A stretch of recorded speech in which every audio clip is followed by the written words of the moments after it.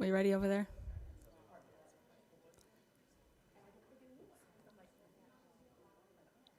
Are we good to go? Sorry, I lost my voice, so I'm going to do my best. Or is everybody ready over there? Okay, awesome. Hi, everyone. Thank you for joining us. Today is Tuesday, January 27th, 2026, and this is a special governing board meeting of the Litchfield Elementary School District Governing Board. I hereby call this meeting to order. I apologize. I lost my voice over the weekend. It's finally coming back a little bit, but I'm going to do my best tonight. The first item on the agenda is going to be the Pledge of Allegiance, and can we have Frankie and Teddy Frazier from Litchfield come and lead us in this, please?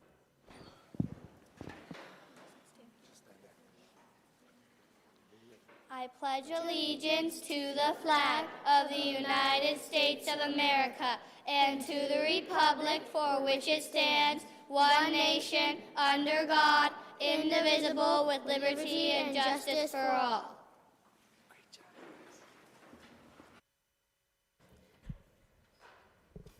Next, we're going to take a moment of silent reflection.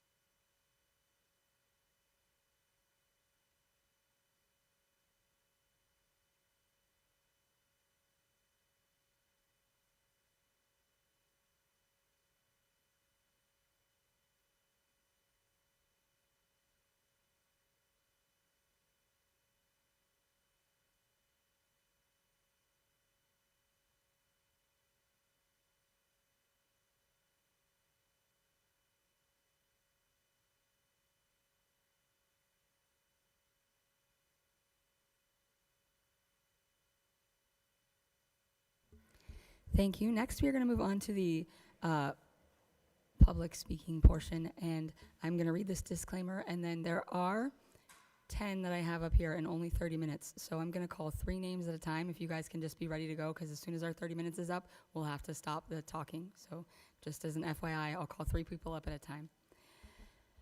Pursuant to Arizona Revised Statutes ARS 38-431.01H, this agenda item provides an open call to the public, allowing individuals to address the governing board on any issue within the jurisdiction of the board. Items not listed on the agenda may be brought to the governing board's attention under this section of the agenda.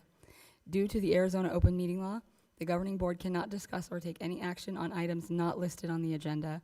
Therefore, pursuant to ARS 38-431.01H, response to public comment about matters not appearing on the agenda will be limited to individual board members who may ask staff to study the matter, respond to any criticism, or ask that the matter be put on a future agenda for further consideration and decision at a later date.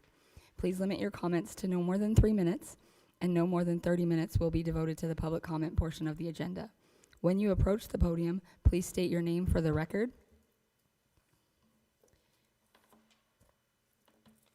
We are going to have Leanne Migre, Andrew Frazier, and Hadley Harper as our first 3.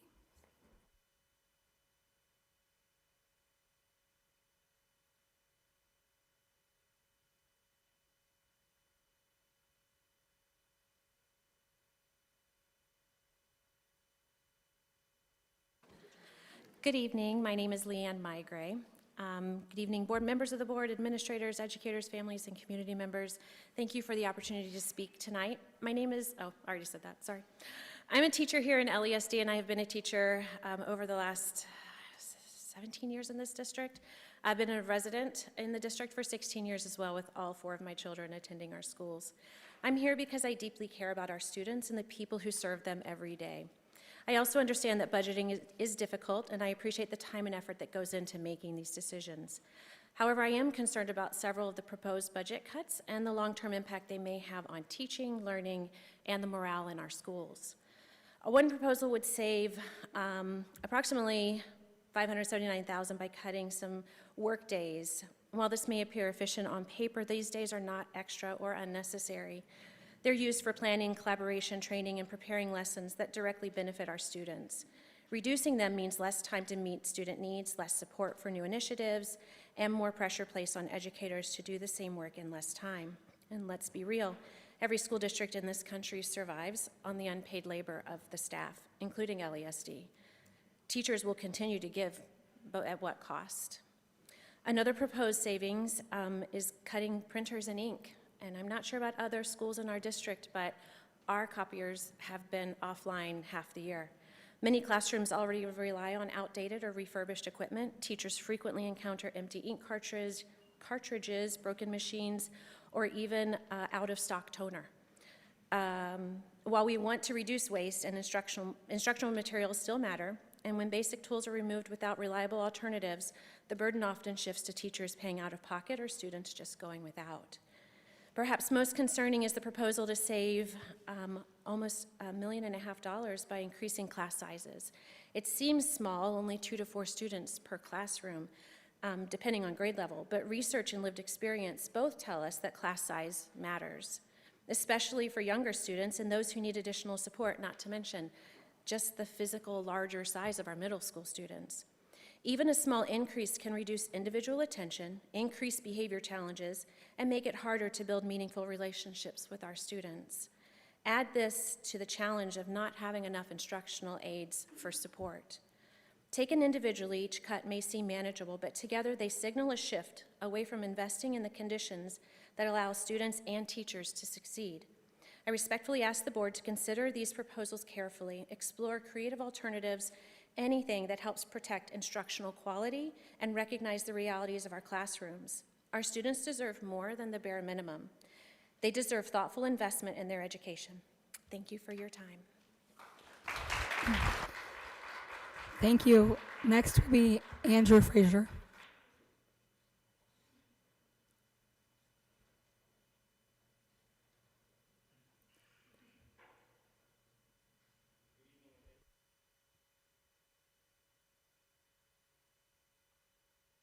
Thank you. My name is Andrew Frazier. I'm a proud parent of 3 students here at Litchfield Elementary School. I'm also a city councilman here in Litchfield Park. I'm here largely to talk about your budget proposal that was in the agenda. I reviewed the slides. As our elected officials, you're tasked with a very tough job, especially when you're faced with budget cuts. I understand how this goes, but I'm here particularly to talk about the increased class sizes. I want to remind the board what the core service of the school district is, and that is to educate kids. Increasing class sizes not only puts undue burden on teachers, it also impacts the kids in the classroom. So please remember that the core service of this district is to educate our children. My children are 3rd generation Litchfield Elementary students. I think that's pretty neat. I'm a transplant. I love this school. I know there are a lot of proud parents that support this school. One of the things that was missing in that survey that was done was I didn't see any parent support or any parent input. It was all staff related. Staff, I know the position that you're in as well. You have to put together a budget that works for the school. I would ask that in the future you look to parents and their input so that we could provide input ahead of public comment. Unfortunately, over the past 5 to 6 years, public education has been maligned. I think that's very unfortunate. Again, I'm a huge supporter of public education. I would caution the board to do anything, particularly in this district, that's going to decrease the confidence in the education that we provide. I think increased class sizes is going to do that. I know a lot of my neighbors have already pulled their kids out of this school district and sent them off to charter schools or other alternatives. I would hate to see more go that direction. So please consider that as you look at this budget. Again, you're tasked with making very tough and sometimes unpopular choices, but please think about the core service that this district is supposed to provide. Thank you.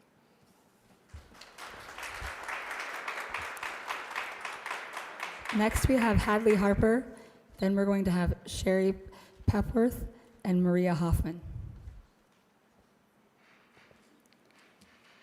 Hi, my name is Hadley Harper. I'm in 7th grade honors at Western Sky Middle School. I would also just like to say I'm missing football practice to be here right now to give this speech. So, yeah. There are many reasons why I think that increasing classroom sizes is a bad idea. For starters, there could be someone messing around over here, and the teacher could only address one of them at a time, which can result in the other issue spreading and becoming a bigger problem. And it's not just the problematic students either. In a class with 36 students in it, it can be hard for a teacher to get to know each student and understand what areas they excel in and what they need extra help in. For instance, I sometimes need extra help in math, and even in a class with just 30 students, I can't always get the help I need. Also, if I'm learning a really confusing topic that most of my class doesn't really understand, think of how many people will be spending most of class waiting for individual attention and raising their hands rather than getting help learning the information and understanding the topic. To prove my points, my choir class currently has 44 students in it. There are a lot of things that go on in the class on a daily that my teacher doesn't notice.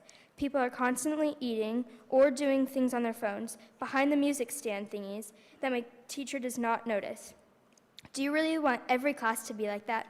Also, would you personally like to teach like 36 kindergartners every day? Think of all the work that would be. Thank you for your time, and please reconsider increasing class sizes.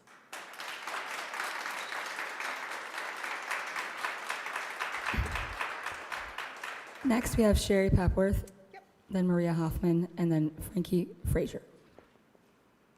Hi, I am Sherry Papworth, and I full-heartedly agree with everything that everyone has said so far. That's why I'm here also about the potential budget changes for the 26-27 year. My main concern is about the potential to increase the class sizes. I have one kid at Western Sky right now, and right now the max is 32 students per class. But from the feedback I've gotten, I don't know, they actually already exceed that sometimes, something about they have to reach certain numbers. So some teachers are already telling me that they have 36 sometimes. Okay. So if they were to increase by 4 kids, and each teacher teaches their class 6 times during the day, that's actually 24 more students, 48 more parents. So going from 192 students to 216.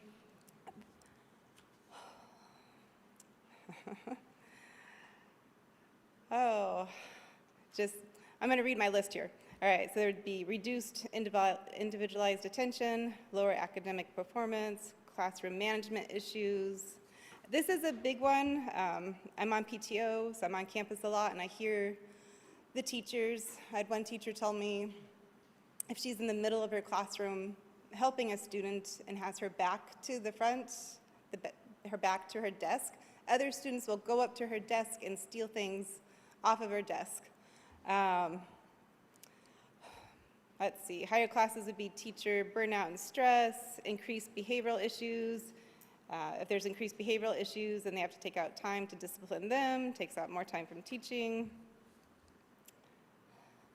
I am wondering if some other options have been considered for budgeting. Like every Saturday when I drive by Western Sky, the fields are completely full with kids running around, and it's not Litchfield Elementary School District students, it's from KG Sports and other facilities, other entities that are renting our facilities. Maybe we could increase those fees and raise some money. All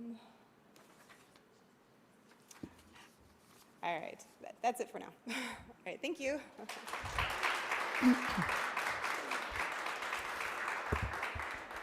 Next, we have Maria Hoffman, and then Frankie Frazier and Katie Hill. Good evening, everyone. My name is Maria Hoffman. I have 2 bonus children who attended Litchfield Elementary from kindergarten all the way through 5th, and then went on to Western Sky Middle School from K all the way through 8. And I currently have one 13-year-old at Western Sky Middle School. I want to speak on behalf of our children in kindergarten through 8th grade. Increasing class sizes may seem like a budget solution, but it comes at a direct cost to student learning, safety, and well-being. Young children learn best with individual attention. In larger classes, teachers have less time to identify learning gaps early, support students who are struggling, or challenge those who may be ready to move ahead earlier. By the time those gaps are noticed, they're often too much harder and more expensive to fix. Larger class sizes also impact behavior and classroom management. When one teacher is responsible for too many students, instructional time is lost, and classrooms become more stressful for both students and educators. That stress affects academic performance and emotional development. Our teachers are already stretched thin. Increasing class sizes risks burnout, higher turnover, and less consistency for students. Already, Western Sky Middle School is now a C-rated school. Especially in the foundational years where stability matters most, these things should be paramount. If we truly value student success, equity, and long-term outcomes, we should be investing in smaller, more effective learning environments, not overcrowding classrooms. Our children deserve to be seen, supported, and set up for success, not treated as numbers in a budget. Thank you.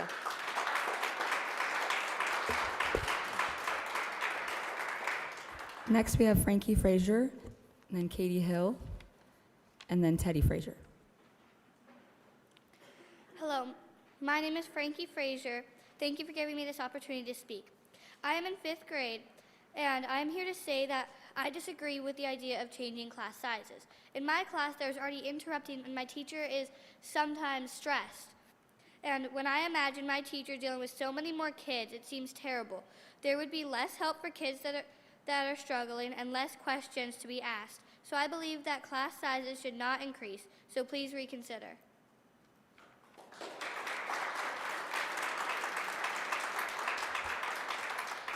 We have Katie Hill, Teddy Frazier, and then Kay. I'm sorry, I do not know how to say your last name. It starts with an E, but you're my only K that was signed up, so.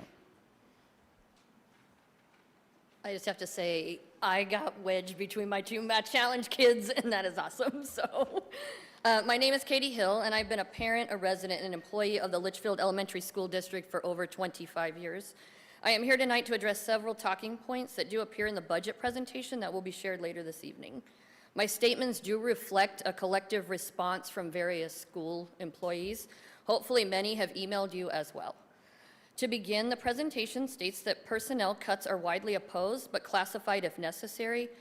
What this slide does not mention is that reductions at the district office cabinet level are highly favored. Why is there no breakdown showing what savings could be achieved by reducing district office administrative positions or stipends? That omission matters because it changes the narrative of where our staff believes cuts should occur, which is the growth of cabinet level and district office positions over the last few years. This is where many believe cuts should be prioritized, yet that concern is not meaningfully addressed. We have over 800 less students than we did in 2018, which is the year being looked at for class size increases. So why do we have more administrators and generalists at the district level than we did then? It also states that class size increases are seen as reluctantly necessary if required. Reluctant acceptance should not be confused with support.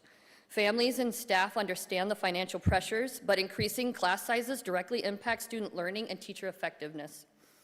What is most troubling overall is that the discussion appears to almost entirely focus on cutting, particularly at school sites, which is the very place where the need is the greatest.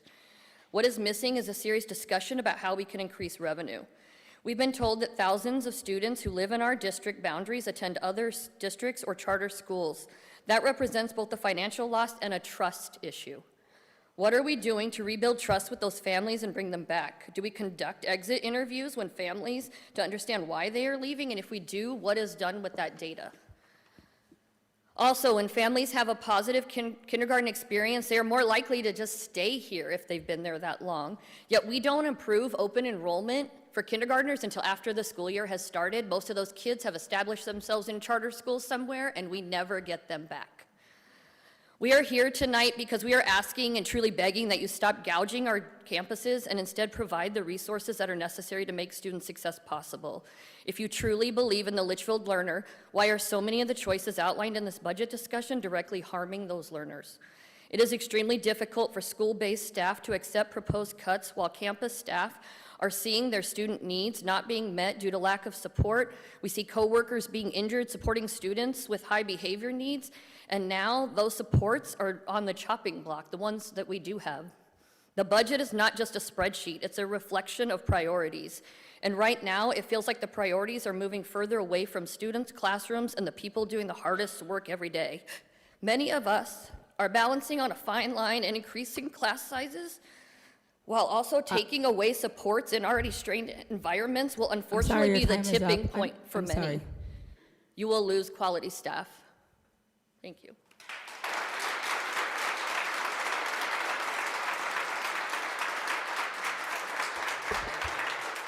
We have Teddy Frazier, and then Kay, and then our last one will be Michelle Schooler.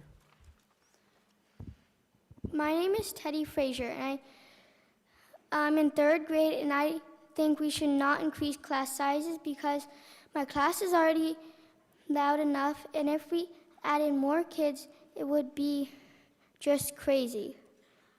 And it would be harder for the teachers.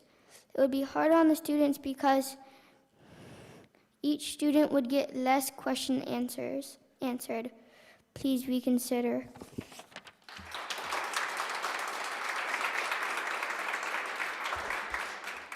Okay, we have Kay, and then Michelle. Hi, my name is Kai Esquera, Sorry. and I would like to agree with everything that Mr. Frazier just said. He hit the nail on the head with that one. I am a teacher here in this district, and my largest concern is teacher retention, teacher pay, and class sizes. Currently, this district employs hundreds of teachers that go above and beyond in all they do for this district, for their individual schools, and the students that they serve day in and day out. Those same teachers are always concerned about whether or not they will get a raise to match the rate of inflation year after year. And I would like to add that 2% doesn't cut that. Additionally, those teachers who are doing so much are starting to get burned out and become more and more prevalent for risk of losing those competent, qualified, and exceptional teachers, and that is substantial. Finally, increasing class sizes, no matter the budget circumstances, will and has, as we've seen, impact student success negatively. If our mission at this district is truly including student success, that begins with fully supporting your teachers and their school level administrators. Thank you.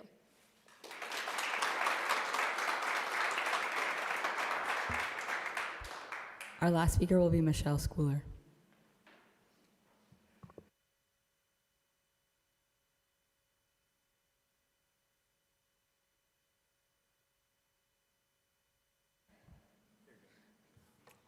Hi, again, I'm Michelle Schooler. Thanks for giving me the opportunity to speak. I am a parent of a third grader at Barbara B. Roby and a soon-to-be kindergartner. I am also a board member on the PTSA.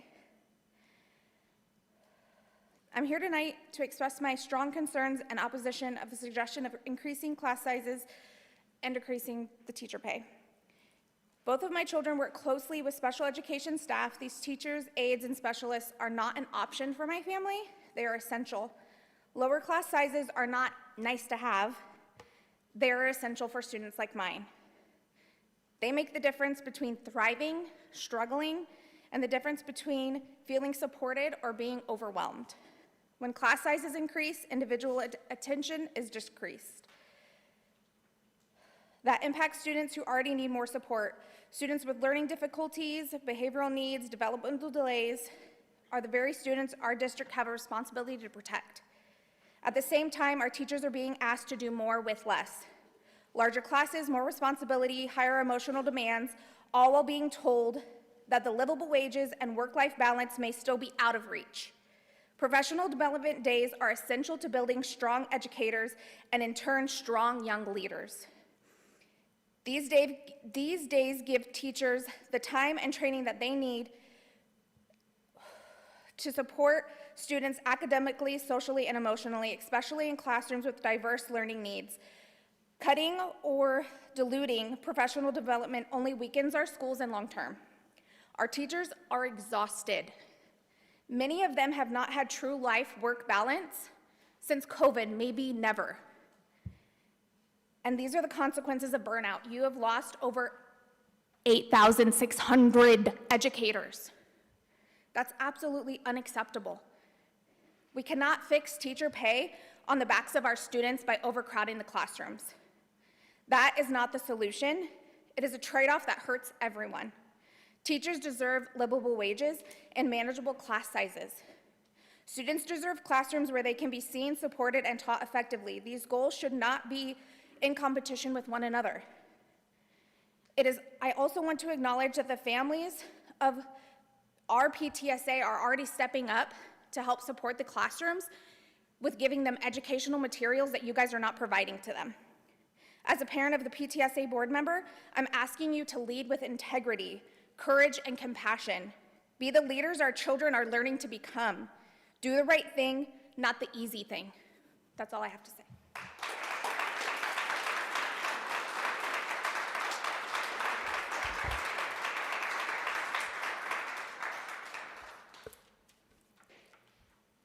Thank you, everyone. We are going to move on to the next section, which is the adoption of agenda and consideration of consent agenda. I will go through and see if anyone has anything they'd like to pull. Ms. Wallace? No, thank you.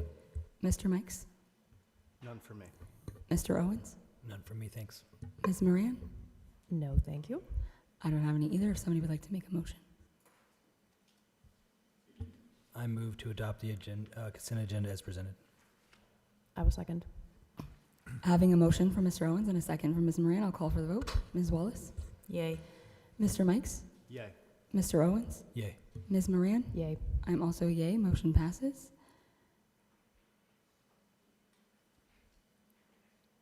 Next, we are going to jump right into the discussion items, but I'm actually going to have us take a 2-minute break before we do that. So.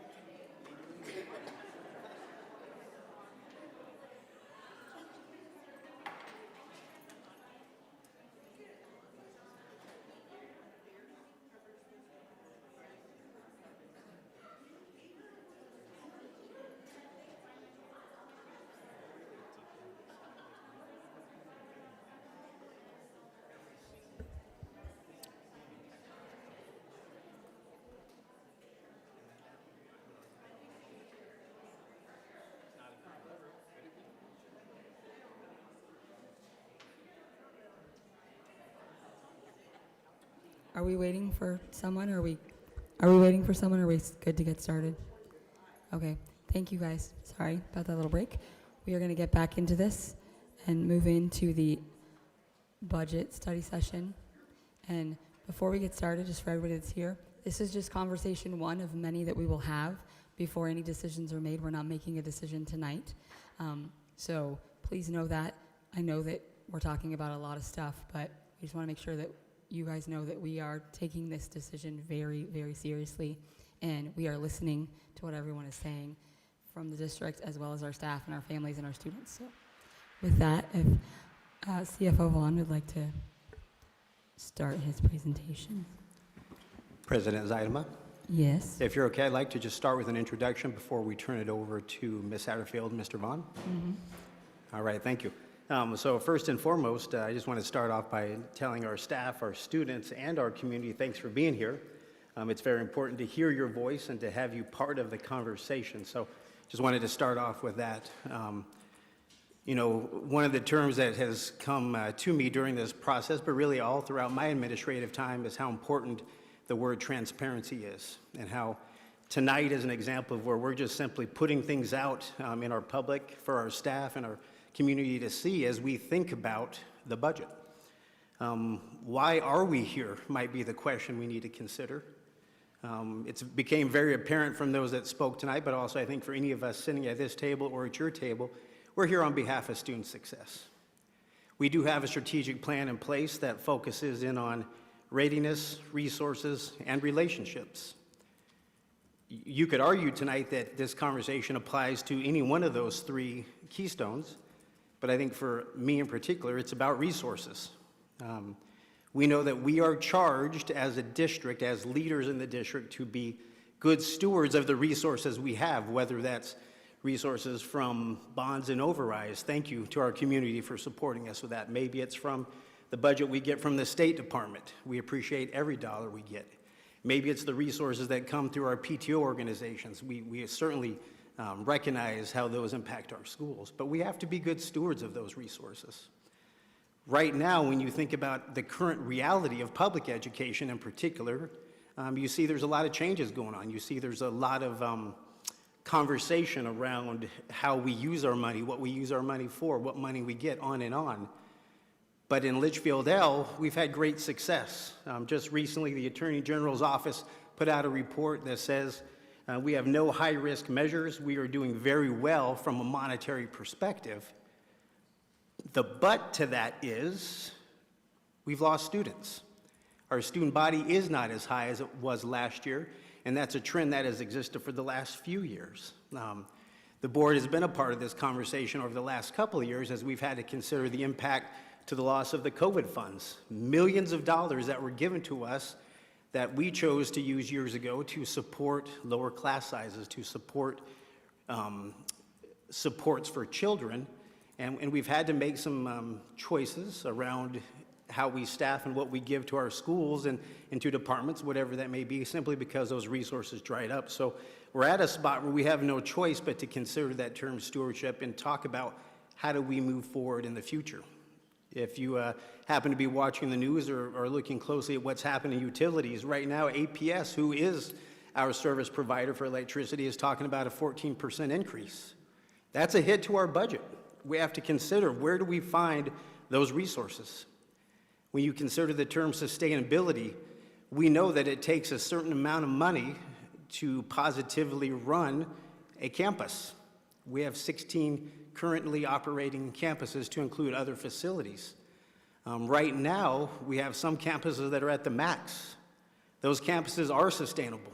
More kids means more resources in our schools. We have some schools that are not. Our staffing numbers demonstrate that. Our classrooms are not full.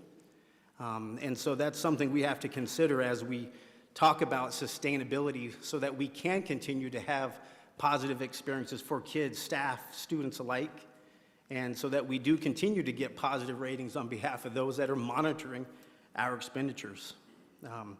What I do know, I don't ever want to be in the spot where some of our neighboring districts are, where we're taken over by the state because we don't know how to manage our budget. That's not where I want Litchfield L to be at all. Tonight, you're going to hear Michael and Sandy speak to some As you see on the slide, there are some levers, some things we've been thinking about and talking about, using data sets, thinking about how it impacts the people. None of these decisions are awesome. I recognize that, but I also realize we cannot continue to do what we're doing year over year, despite the board saying, hey, please use some of your extra resources. When I say extra, the carry forward that we have at the end of the year. That was great last year, and maybe we can still continue to do that. Mr. Vaughn can speak to that. But the levers we talk about tonight aren't set in stone. Ms. Adam, you spoke to that. They're as creative as they are right now. Maybe those of you in the audience, maybe those that have spoke have some other ideas we haven't considered, and I'm excited to touch base with some of you on some of those things you might have.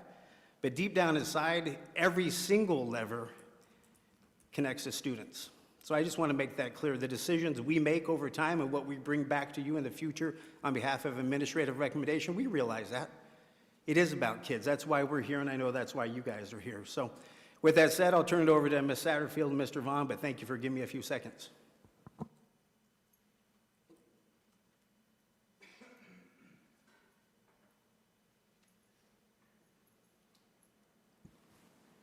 All right. Madam President, members of the Governing Board, Superintendent Davidson, colleagues and community, thank you for joining us tonight to discuss potential options being considered for the district's 2026-2027 budget year.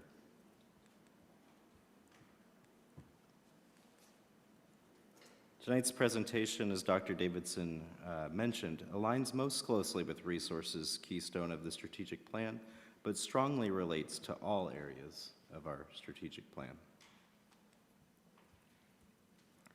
Prior to the winter break, the cabinet team met with the lead group, which includes all principals, assistant principals, instructional coaches, as well as the Superintendent's Advisory Council. We provided contextual budget information, just like we have at governing board meetings earlier in the budget process, as well as asked them to complete a survey ranking 10 broad areas of budget cuts, both for acceptability and prioritization for consideration. This data was used to prioritize our work in considering budget levers.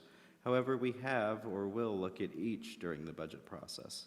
Additionally, I think it's important to consider that while budgetary concerns were the catalyst to begin these conversations, the work has been focused on examining our current practices and trying to identify changes that might make sense while being good stewards of resources. However, we are here to start a discussion and gather feedback, and we're happy to have this opportunity to have the discussion for the next couple of board meetings before finalizing a recommendation to bring forward to the governing board for approval. This chart helps us visualize the results of the surveys. Items in the bottom right-hand corner were rated both most acceptable and of highest priority for reduction by those who took the survey. Visually, this graph allows us to see groupings of potential areas of reduction, which we'll talk through on the next couple of slides. The first grouping was seen as very acceptable and of high priority for review, including district office and department reductions, establishment of a cap for special education contracted services, and school M&O and capital budget reductions.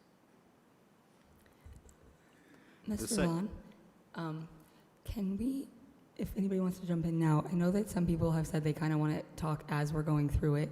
I don't want to mess up your plan, but also so we're not going over a bunch of things at one time.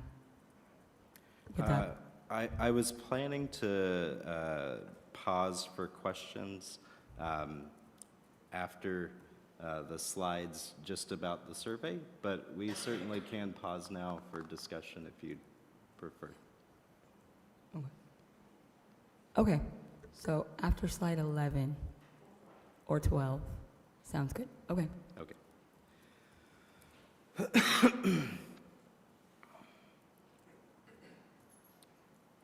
The second grouping was those items that had moderate feasibility, including reducing stipends and increasing class sizes. Class size here are a significant point because of the budget concepts we've discussed so far. This is the highest rated budgetary lever that has the potential for truly significant savings. The next grouping, reducing classified supports, was viewed as a low feasibility option by the respondents, but significantly more favorable than the remaining budget items. As a result, we did not prioritize this as a potential budgetary reduction and do not have discussion on this tonight outside of modifying staffing ratios in various programs. This last grouping was viewed as least feasible by the group and includes a reduction, includes reduced raises, a decrease in paid holidays, a decrease in certified supports, and the shift to more benefit costs to employees. In addition to this initial feedback, we are continuing to work through our typical compensation study, and we'll have further discussion on raises and benefits at a future board meeting. As a whole, what we took from this data is that personnel cuts were widely opposed, class size increases were seen as reluctantly necessary if required, and a reduction of the typical raise or compensation is not supported other than a reduction to stipends. This slide shows the numerical values from the survey that were visualized in the graph previously shared. I'll pause now for questions on this before we move on to the specific work we did in each area. Okay, so since this is a study session, I'm just going to kind of let people talk if they would like to, and then if I have to jump in, I will, to make sure everybody gets a chance. So. Okay, I'd like to jump in on the fact that this information, I know this is a starting point, but it's obviously based on a few opinions. Now, one could say, hey, all teachers are going to agree. We don't want larger class sizes, or we want reductions at the district, or that sort of thing. But it does feel like it was a small sample size. So is that purely just to get us to a starting point? Or like, what do you think the next steps will be? At some point, will we survey parents? Will we actually ask for more feedback? Yeah, I do think that there's opportunity for more feedback. I wanted some opportunity to have some level of discussion at this level because if an option is seen as entirely infeasible, we might as well remove it before getting it too broadly out there. The survey truly was to our leaders and was intended to give us a starting point for this work. And honestly, I think it met that goal. But I do think that there's more opportunity for feedback, and I'd be happy if anyone has ideas of what maybe that should or could look like. I think that's certainly a topic we can discuss tonight. As a parent, I remember when we had to do budget cuts, like after 2008-9 time or whatever, I know that principals came to the PTA groups and talked to the parent leaders and had them rank things like how you did with your staff here, and had the parents give their feedback, and they also went to their staff and had their staff do it, so that there was, here's our feedback from parents, here's feedback from our staff, and then here's the feedback we got from the leaders. So that might be something that could be done. And if we find that to be a good approach, we certainly could essentially give the same survey that we gave to the leadership groups to broader groups. The survey itself truly was looking at these categories that we have on the slide here. It was very broad. And our intention was to identify as many high-level areas of budget reconfiguration that we could think of. And so we did a lot of thinking around trying to ensure that all broad categories were considered. And so also if the governing board sees an area that we omitted, that certainly wasn't intentional, and we can add that in as well. But thank you for that feedback. Anyone else? Can I just ask before we get into the nitty-gritties, If you could provide us with an overview of why we're having this conversation and what our targeted budget reduction number would be, because that really isn't in this presentation, and I know we've talked about that, but I just think the broad education as to why we're even having this discussion would be appreciated. Yeah, so earlier in the budget cycle, I do believe it was November, I presented some figures to the governing board that looked at where we were trending for this year financially and where it looked like we were headed into the future. I haven't updated those projections entirely and was hoping to bring that to maybe our next governing board meeting. But it looks like we need to be looking at somewhere between $3.5 to $4 million of reductions. And when we look at that, what we're truly looking at when you come down to it is money coming in versus money going out. It's, in a lot of ways, it's very similar to a personal household budget where you only make a certain amount and you can only spend a certain amount. Now, if you have resources in your savings account, you can, for a period of time, spend more than you are making. And we do look at that between administration and the governing board during our budget process, but it looks like we will be spending down any excess reserves we do have based on the targets that we've mutually set this year.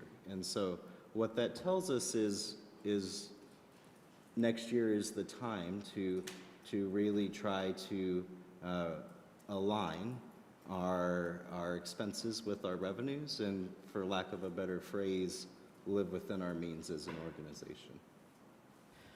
Okay, so when we talk about our revenues are based on the number of students that we have multiplied by the amount of money that the state gives us per student.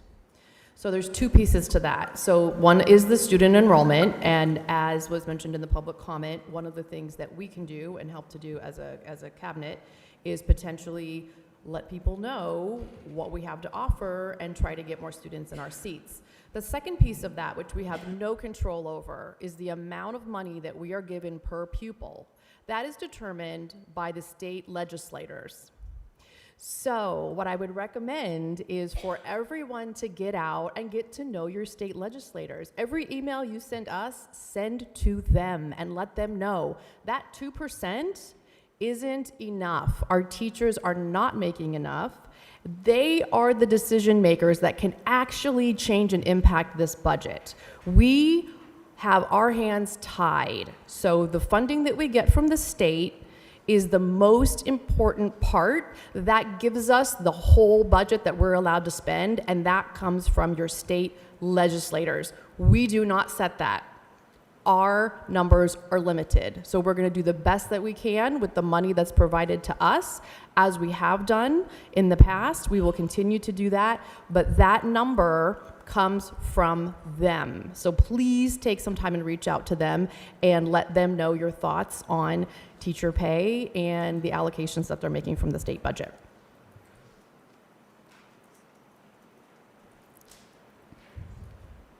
Anyone else? Okay, we're good to move on.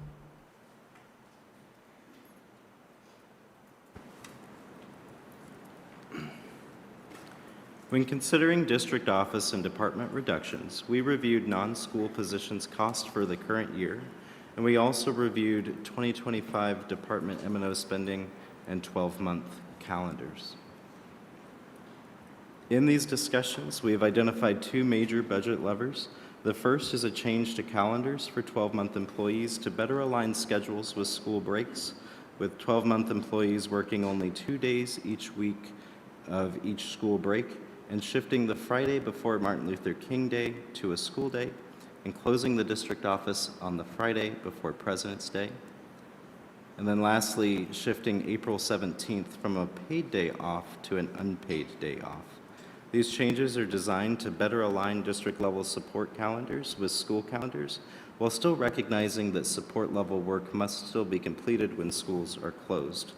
This plan is a 6-day reduction in the calendar, with each day being a $34,000 savings, roughly. Additionally, we've become aware of certain administrative positions that will become open in the next year, and an opportunity to restructure some of these positions at a cost savings. These identified reductions have the potential to save $258,000.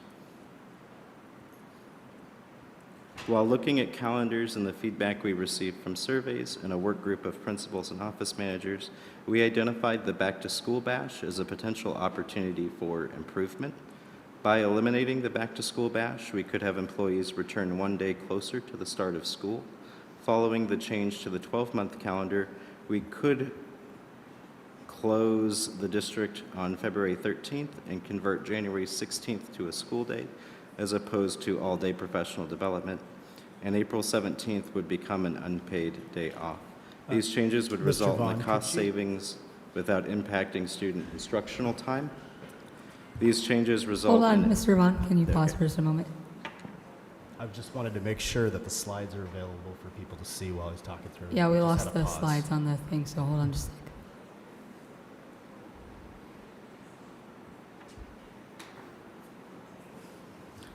These changes result in a 2 to 3 day reduction on most calendars, with the difference being on some calendars, April 17th was already an unpaid day.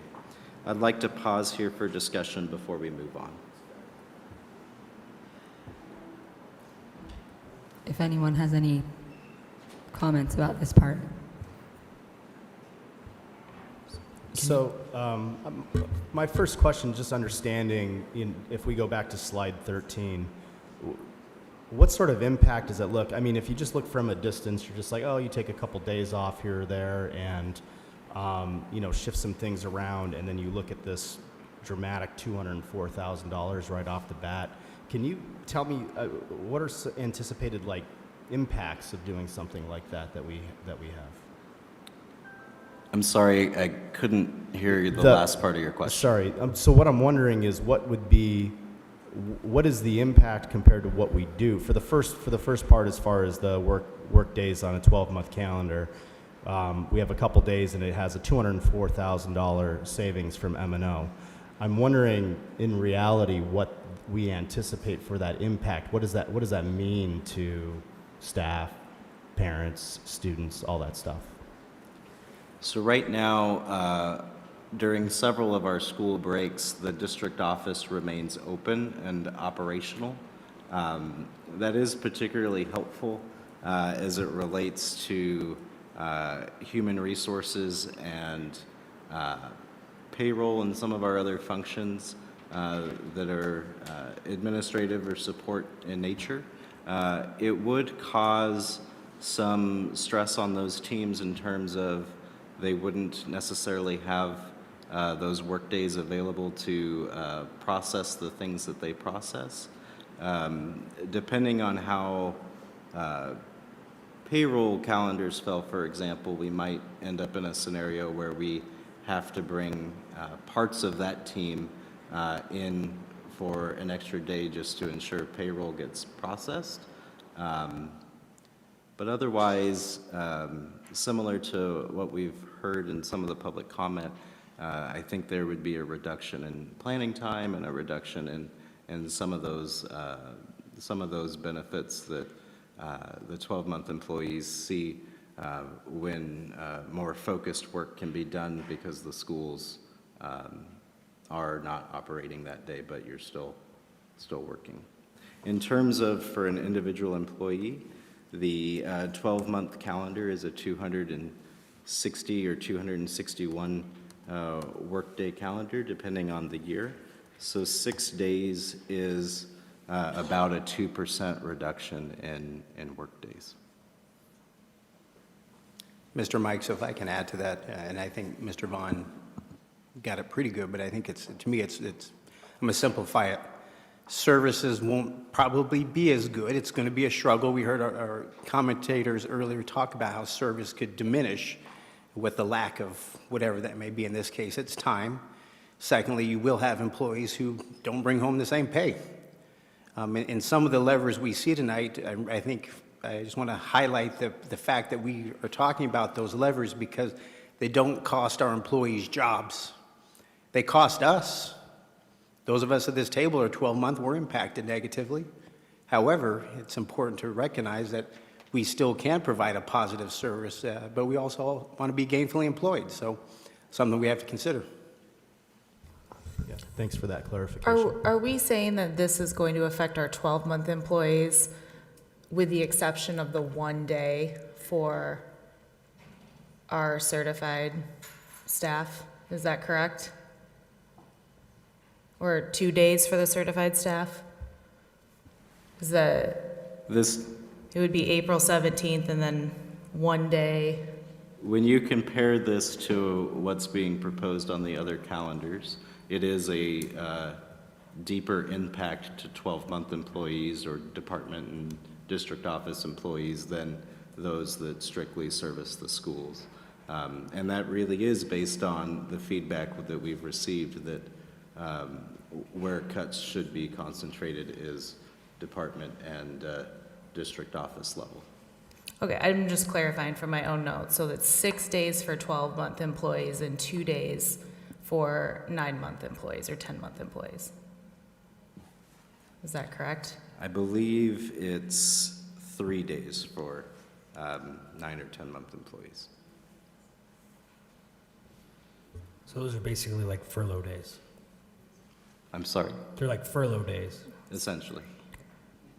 Well, it would be in their contract, they would have less contracted days, correct? That's right. Okay. Can I ask a follow-up question on the district office? So I guess I get the impression that people would like you to look at your org chart and see who you could cut. So is that something that has been considered? I mean, I agree with your point, Dr. Davidson, that we're looking to continue to gainfully employ all of our employees, including all of our certified and classified. However, the truth of the matter is the money has to come from somewhere. So we cannot give a 2% raise and keep everything the same as it is right now. That those numbers aren't adding up. So what we're trying to do as a board is come up with the least painful of these painful options. So are we looking at our org charts and our staffing at campuses as well as the org chart at the district office seriously? We have looked at, honestly, person by person and position by position, look at every position that's not at a school campus. We have spent significantly more time looking at that than at how to modify school staffing supports other than the class ratios and staffing ratios, again, based on the prioritization of the feedback we got through that survey. Again, it's certainly not that we won't look at the certified and classified supports at the school levels, but it was ranked in the survey as some of the least favorable or least feasible options. And so it is certainly not in this first round of discussion items that we've brought forward. However, there are slides that will allow us to talk a little bit more about that deeper into the presentation. Okay, I just think it's really important if you've done that work to look at those positions and you've spent time in a thoughtful process about that to communicate that. Because if I'm a staff person and I'm looking at this, I think, well, you know, we said district office and departments are on the table. And you're telling me you're gonna give up a couple days? Are you really looking? Are you really? And so it sounds to me like you're saying, yeah, we have thoughtfully looked at that and we're looking at every position. And we do believe that we don't have fat to cut there. But I can't read your mind to know that that work is being done, and I think that's really important to convey, because I don't appreciate the us versus them, campus versus district office vibes that are coming out through these discussions. We are a team. We are here to support each other. It is our board's mantra that we are going to make decisions in the best interest of student success. It is also the admin cabinet's mantra that they're going to make decisions in the best interest of student success. So we are all on the same team, but this is a tough conversation. Again, we don't want to be doing this, but we are forced to do this because we have to be fiscally responsible and we cannot continue to overspend. We are overspending this year. If something doesn't change, we will overspend next year, and we will end up in a dire situation where people can't keep their jobs.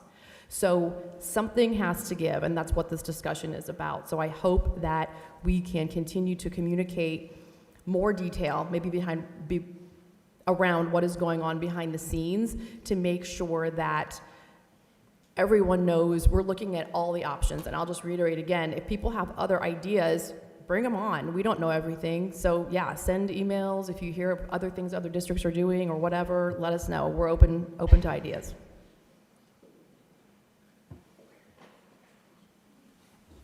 Anyone else? Yeah,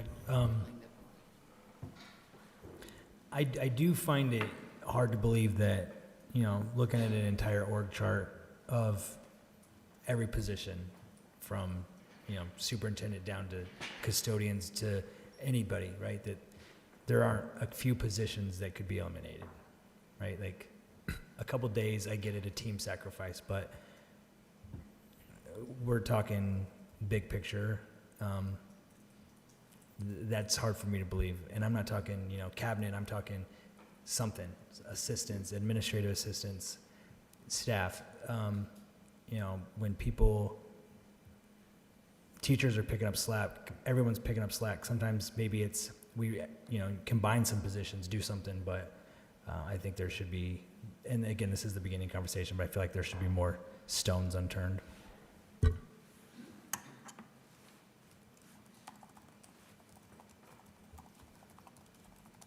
So I guess, CFO Vaughn, are you looking for us to say, yeah, we're good with potential calendar changes, or no, we don't want calendar changes, or how would you like this to go? That would be fantastic. Obviously, we can't poll the governing board, and so we can't go person by person and say that you support or don't support. I think what I'm hearing, though, is that there is some level of support for 12-month calendar changes. We haven't talked as much about the other calendar changes that I did mention, but what I've also heard is that we probably could dig a little bit deeper into this area. And Ms. Moran, if I can add, please, Yeah. sorry. The hope for tonight is just what we're having is just awesome conversation and truth behind the conversation. We at some point will take this feedback we receive from staff and so forth, and eventually get to an administrative recommendation where the board could pinpoint in a motion, we would like this or we would not like this, depending upon what we present. But there is no action other than quality conversation that I would ask for tonight. Okay, what I would add to that on this calendar is I am not opposed to calendar changes for all employees, basically. I don't think it would be equitable to do calendar changes for one group versus a different one, but if they're in alignment, for example, we're not having that, what was the back to school bash, and so that then becomes, an unpaid day for everyone, that makes a lot of sense to me.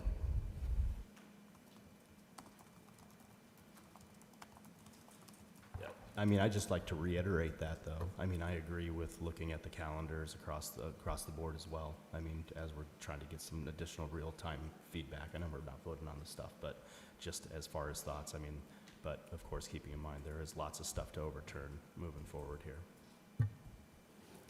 I'm not opposed to any ideas you want to bring currently, just for us to discuss and to dig into and see what really is the best plan, personally. I know that a lot, as feedback today we've gotten and probably will be getting over time is at an admin level, and that's where everybody wants to go.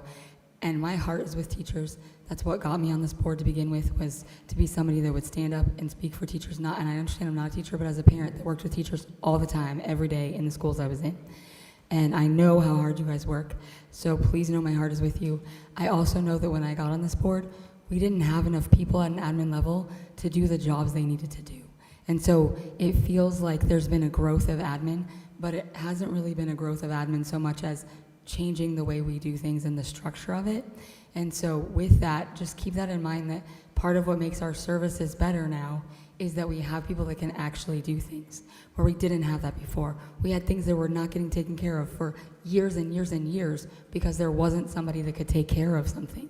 And so just keep that in mind, that none of these decisions are easy, and none of us want to take away anything from our students and our staff, but we are going to have to make some hard decisions, and just try to keep that in mind and try to assume positive intent with us, as I'm going to assume with all of you when you guys are coming to us and letting us know your feelings.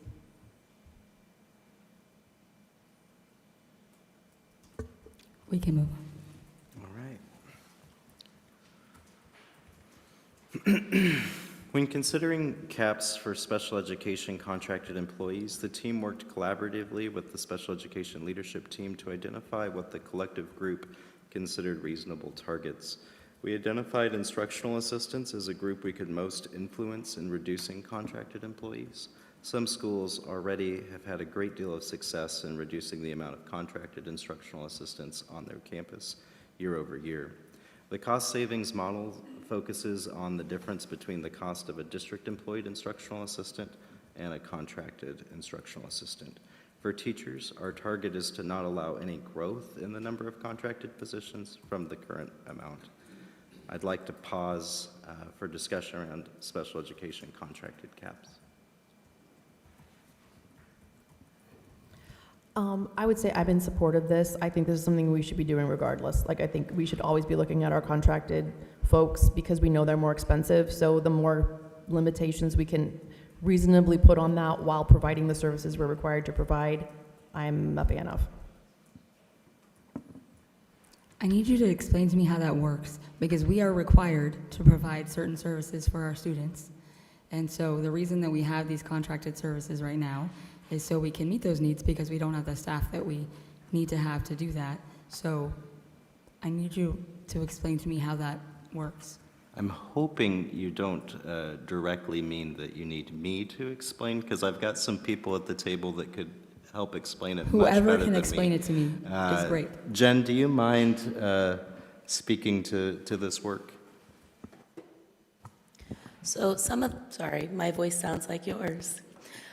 Some of the things that we've already put in place is that we've gotten very used to finding a contracted rather than posting the position and interviewing. The other thing is, if we need somebody right away, we can do contracted, but we will continue to find a Litchfield employee, which a lot of times once we put a contracted person in, we stop looking for somebody else. So those are things that we can do. The other thing that the special education department and Director Coyne has been doing,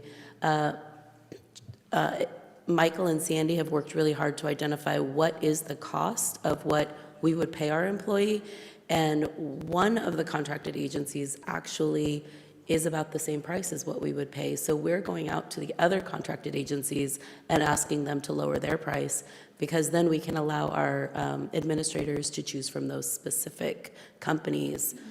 So we're not saying that contracted is completely gone, but we won't be using some of those very expensive ones. Okay, thank you.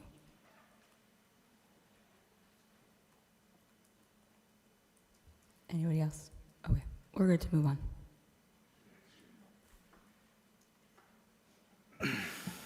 When considering school budgets, we pulled together a working group of principals and office managers and reviewed data around categorized school spending, as well as how much of our school budgets were being rolled over year to year. This group identified two primary budget levers as part of that conversation. One around the cost of printing across the district, as well as a general reduction in budget. To save resources in connection to printing, We are implementing a program that puts desktop printers on a service plan just like our copy machines. This plan will result in the organization paying either per page or a flat dollar amount for unlimited printing on that device. Based on tracking usage during the year, it appears that almost all printers will be most advantageous on a per-page plan. The anticipated savings based on what was spent for ink cartridges last year compared to what we would pay per page is between $30,000 and $40,000. This change not only is cost savings, it should also make it easier for our office managers and end users.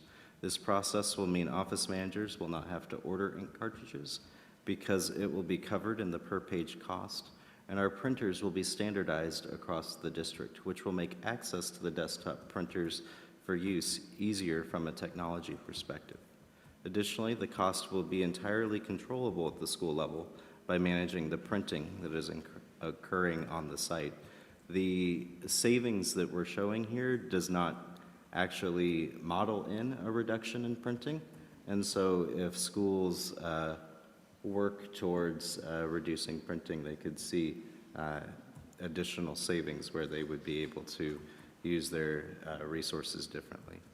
Based on the working group of office managers and principals, a 5% reduction in the budget allocation per student that we provide to each school appeared reasonable. The office managers and principals involved thought that that would be manageable. We can pause for discussion on school budget allocations now before moving on.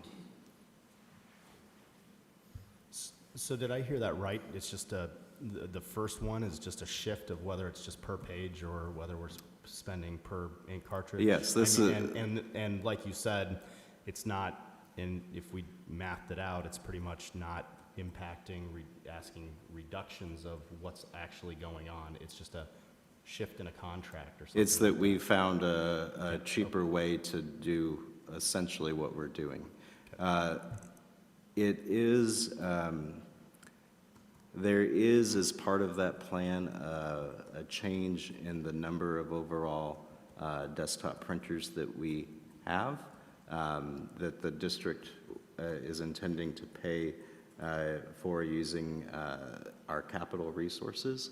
However, we are leaving open to the principals, if they'd like to add additional on top of the standard, that they can utilize their own budget allocations to do so, so long as they keep it under this same plan so that we still gain the benefits of the per page and it's still being managed under that service contract. So this cost savings, at least in my mind, is a true win because for the most part, we're supporting essentially what we're doing now. We just found a cheaper way to do it.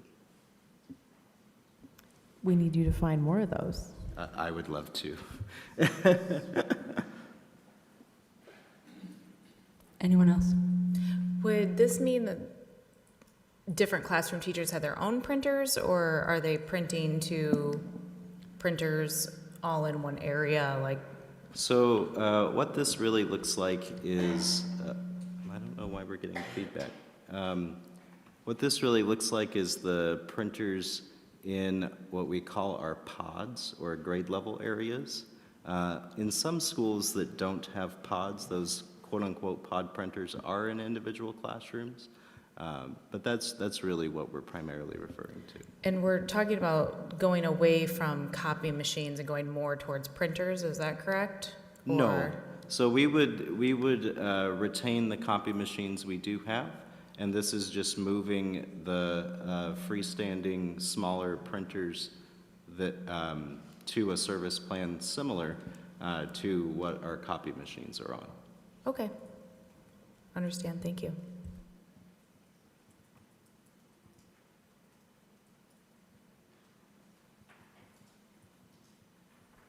I think we're ready to move on.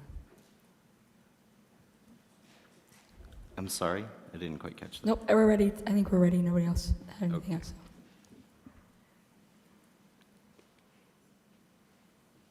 Our work group of principals and office managers also reviewed stipends district-wide. So what this looked like was we generated a report that showed the cost of every stipend paid for last year and reviewed that with the team to see if they could help us identify opportunities to reduce stipends. And can I ask a follow-up question on that? Yeah. How is, for the stipends, like, how is that phrased or worded? Because I feel like if you asked a teacher, you can have, you know, because this is all coming from the same bucket, right? So it's like it's coming one way or the other. So if we asked a teacher or campus, you know, classified staff who got a stipend for something, you know, would you rather have the stipend and then have less of a pay raise, or would you rather have more of a pay raise and not be able to get this stipend? Like, I feel like there's something about the wording, because we know we can't do all of it. So how do we get people to make a choice, even though they don't want to make any choice? But that's really what we're looking at. Again, how can we get the least painful of the painful options? I guess I'm thinking out loud here, but. Yeah, it's a good question. I'm going to try to answer it. Feel free to call me out if you don't think I answer it. The majority of our stipends that are paid at the district level, which is really, when we're talking about budget cuts, really what we have to consider, because if it's paid at a site level, I can't actually cut it, because principals use their own discretion to have that stipend exist. So the stipends that are primarily at the district level are our athletic stipends, are our club stipends, this translation stipend. We do have a stipend that comes out of our M&O override. However, while we talked about what that looked like, it really truly wasn't a consideration, because we consider that part of base pay, even though in theory it's a stipend. But that's really the population we had to look at, because as I mentioned, if it comes out of a school budget, our ability to cut it in the budget process really is diminished.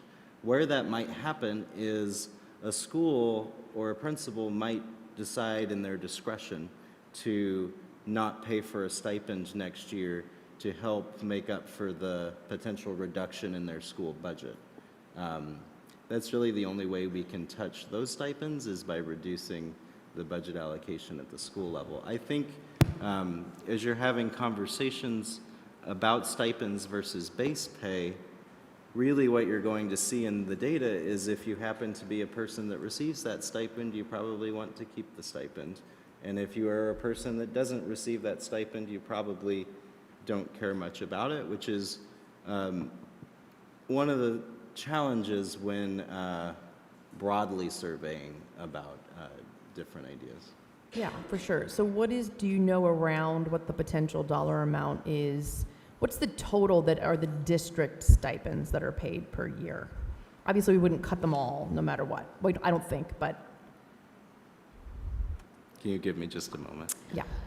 I can add a little bit more to this. So it has been around since I've been around that we've had stipends for chorus at $1,100, NEHS at $550, student council at $550. And what these really can be is the continuous learner project. So instead of offering it as a stipend, it could be a continuous learner. And since we changed that so that more people can get that, not only the level 3s, which is what it was before, that will help that process. And if a principal needed to do it, they could do it out of their M&O. It just wouldn't be at the district level, because it would be part of the CLP. So you're saying we could shift it to the continual, how do you say that? Continuous learner project. Yeah, just these specific ones. So if a teacher is still going above and beyond for an after-school club that is not a part of that, or is taking on something that their principal asked and they already have a CLP, the principal can still do, we have stipends that are available for that, and principals pay those all the time. We're not saying that those are going away. It would just be these specific elementary or K-8 that could also be a CLP. We can say that this isn't a part of the district part anymore. It needs to be a CLP instead. Okay, and those teachers that are doing that, let's say, they're doing a CLP and getting the stipend, so that are going to view that as being harmful to them, correct? So it could be for some of them. So for example, you might have somebody who's doing yearbook and Girls on the Run. And so maybe Girls on the Run is their CLP and they've been getting a stipend for yearbook. They would probably have to pick one or the other at that point. Okay.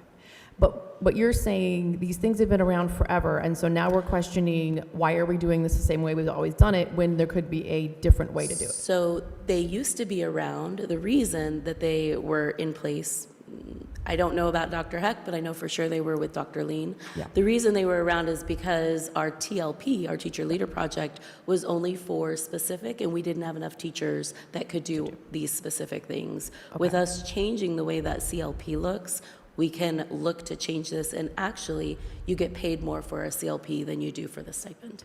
Okay, so you're saying it would potentially not be detrimental to our campus options because someone would still be doing all of these projects? That would be the hope. There is always the possibility that it is one person who's doing multiple and then they're getting the stipend and the CLP. So that could be a problem for some campuses. But hopefully they would have somebody else who would be willing to step up for the CLP. Okay, that seems reasonable to me. I do want to be clear, it would never be the, and Jen, this isn't what Jen said, but I just want to make sure it's clear. There's not a scenario where presently someone's getting paid for the same work using both the Continuous Learner Project and the stipend. What happens is we encourage campuses to get these items covered through a Continuous Learner Project, and if they can't, or if someone who already has a different Continuous Learner Project still wants to do it, that's when the stipend comes into play. Now, this isn't what's modeled here. This is just the translation stipend.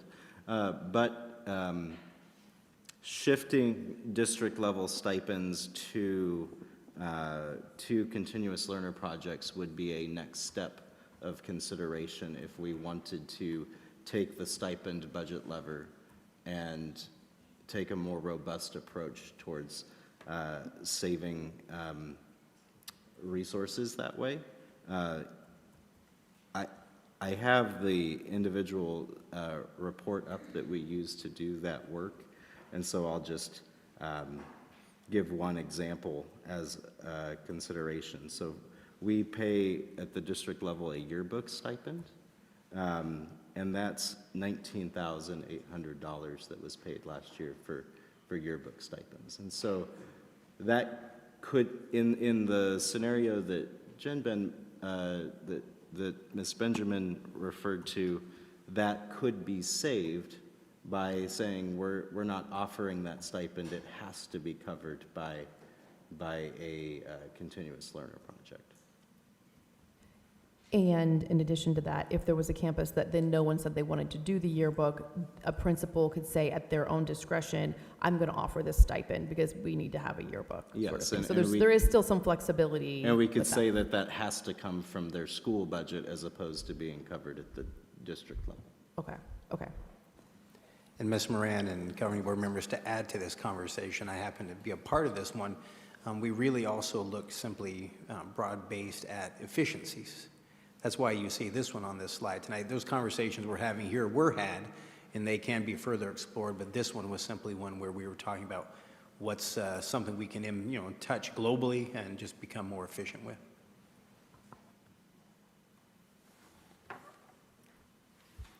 Anybody else? Sorry, have anything on this one? And I want to make sure I said this piece. I don't actually recall if I said what I prepared for this slide. So The feedback we received on this translation stipend in particular, and why it was brought forward today, was that often at the school level, the employee who receives this stipend is not easily accessible to provide translation services when they're needed, because potentially they're in a classroom serving students. And that regularly what occurs is that we have a service for translation over the phone that administrators and front offices use to still get that services. And so that goes to what Dr. Davidson was saying around efficiencies. Okay, so you're really saying we would utilize that service that we already have rather than paying someone who is oftentimes not available to do the work that's needed for the stipend? Yes, ma'am. Okay, thank you.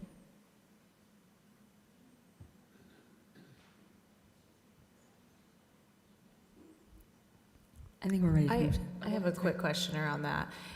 I assume that a lot of times that this translation is being used is for IEP meetings, disciplinary actions in those arenas. Are we using this service for that, or are we currently using people for that? Our leaders have the option based on what is working best for them. So if they have an employee who's receiving the translation stipend who is available to attend those meetings, then they have the option to utilize that employee. Otherwise, and I think primarily based on the feedback we received from that working group, primarily they're using that service. Just a reminder, we have a lot more languages than just Spanish, so Oh, yeah. that is often used for all types of things, just the office welcoming a family in, IEP meetings, discipline, parent-teacher conferences. It could be for multiple things that we're using that for. I was just clarifying if this is something that we're already widely using, or if this would be a shift. No, Director Larson actually rolled this out about 3 years ago to the entire district, and every school has the information in their front office. So if a family comes in, they can point to the language that they speak, and then the office knows to call.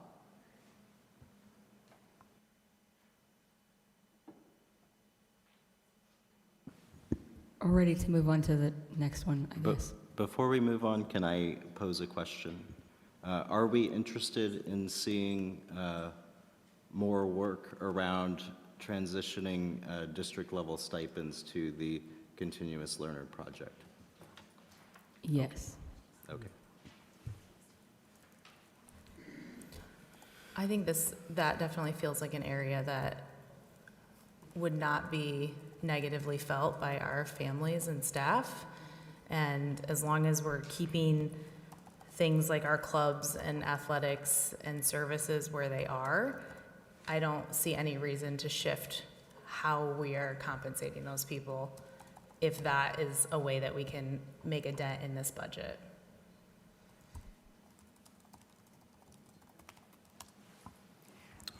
I did want to just point out one other resource that is very helpful to our extracurricular programming, and that's tax credit. So we also still have those resources to access to ensure that we continue our programs from an extracurricular point of view. So we really need to make sure we promote tax credit a lot more so that we get more tax credit money. Well, but what I would add to that is, are we sure our principals know how to utilize that? Because in the past, that hasn't always been the case. So if we're going to have a discussion on not providing a stipend for Girls on the Run, or let's say it's an actual sport that's, played with other schools. We just have to make sure that principals know how that works, because if we want it to be continual and not impact the services, like Board Member Wallace said, then we just need to make sure that we're upfront about that, and there aren't any barriers there. And maybe what that can look like, I'm just thinking out loud, is we can take that district-approved stipend list that's presently paid for at the district level, and next to each kind of give the principals guidance on. This could be tax credit,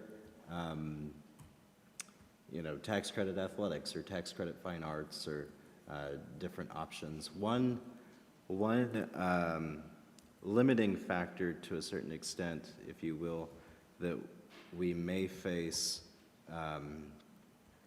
with shifting of stipends to the Continuous Learner Project, although we can work through it, is that a significant amount of our district paid stipends are for athletics, which is in the M&O override. And so there could just be problems from a public perception standpoint if we have an override passed for athletics and then shift it away from district provided, if you will. All right, are we ready to move on? Yes. Okay.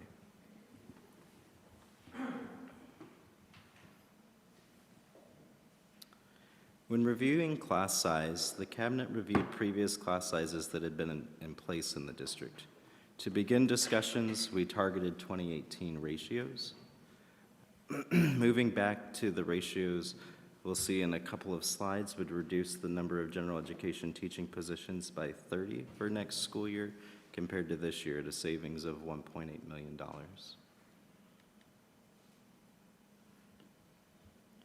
2018 was selected because it was prior to when Litchfield instituted its most recent class size reductions, and it also aligns well with the inflation-adjusted funding level the district is currently receiving from the state, as shown on the graph on the slide.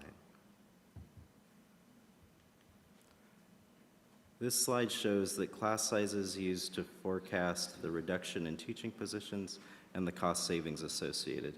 Please note that we typically hire around 80 to 100 teachers per year, and so the reduction would be handled via attrition versus a reduction in force.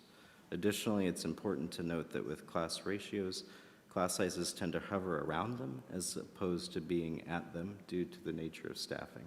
For example, even though the class size used in the model was 27 for kindergarten, the average class size that resulted based on the number of students anticipated at each school and the resulting staffing was 25, or what our current board-approved class size actually is. We'd like to pause here for discussion on general education class sizes before we move on to discussing other student-to-staff ratio considerations. Okay, I'd like to start with the initial cost savings number. Can you tell me how you came up with that? And my primary question behind that is, how theoretical is that number, or was that based on what our current class sizes are and then basically consolidating some classes based strictly on that 2 to 1 to 4, depending on which grade level you're looking at? Or is the 1.8 million based on if we were at max capacity in every classroom? I think the answer to that question is none of the above. Okay, tell me more. So each year, what we do to start our staffing process, whether we're changing class sizes or not, is we roll forward the number of students that we have at each school in each grade level to the next. And then we apply those board-approved class sizes to those figures. We then review the results of that for reasonability. So, for example, we allow for up to 3 more than the board-approved class size before adding another teacher, but we don't want to start the school year at that. And so, for example, if that model results in being 2 over, Sandy and I will manually override the model and add a teacher in. The reduction in teachers came from running that same process, but with these ratios instead of our current, and then comparing against what our current staffing is. So that got us to the 30 reduction. The cost per teacher, what I did is I ran an analysis of what all of our teachers make, and I took the average of that. Now, you probably know, because of how much time we spend on it, that $60,000 is not the average salary of a teacher. What it is the average out of M&O. And so there would be additional savings, but in other funding sources that we're not spending as much time on tonight. I hope that gives you some insight into how we... It does, but then when I look at the current year, we have a lot of classroom space that's not utilized. And so that's where I do go back to, you know, how real is this 1.8 million? Because I was here when we decreased class sizes, and I was an advocate for decreasing class sizes, and we were told an exorbitant amount of money that was going to cost, and we were advised against it and said, don't do it, it's going to cost, you know, millions and millions of dollars. Well, that wasn't the reality behind it. So I go into this number really leery that we're actually going to save $1.8 million by reducing class sizes, because it is rare that, from the information I got today, and I did not have as much time to digest it as I wanted, but it is more the exception than the rule that we're actually at our class sizes. Yeah, and that is true. I'm going to, if you give me just a moment, I'm going to pull up that model, because the model captured that, and that's really what I was referring to when I said that the average class size in kindergarten that resulted from applying these figures was 25, not 27. And so we really did, to a certain extent, capture that. Let me...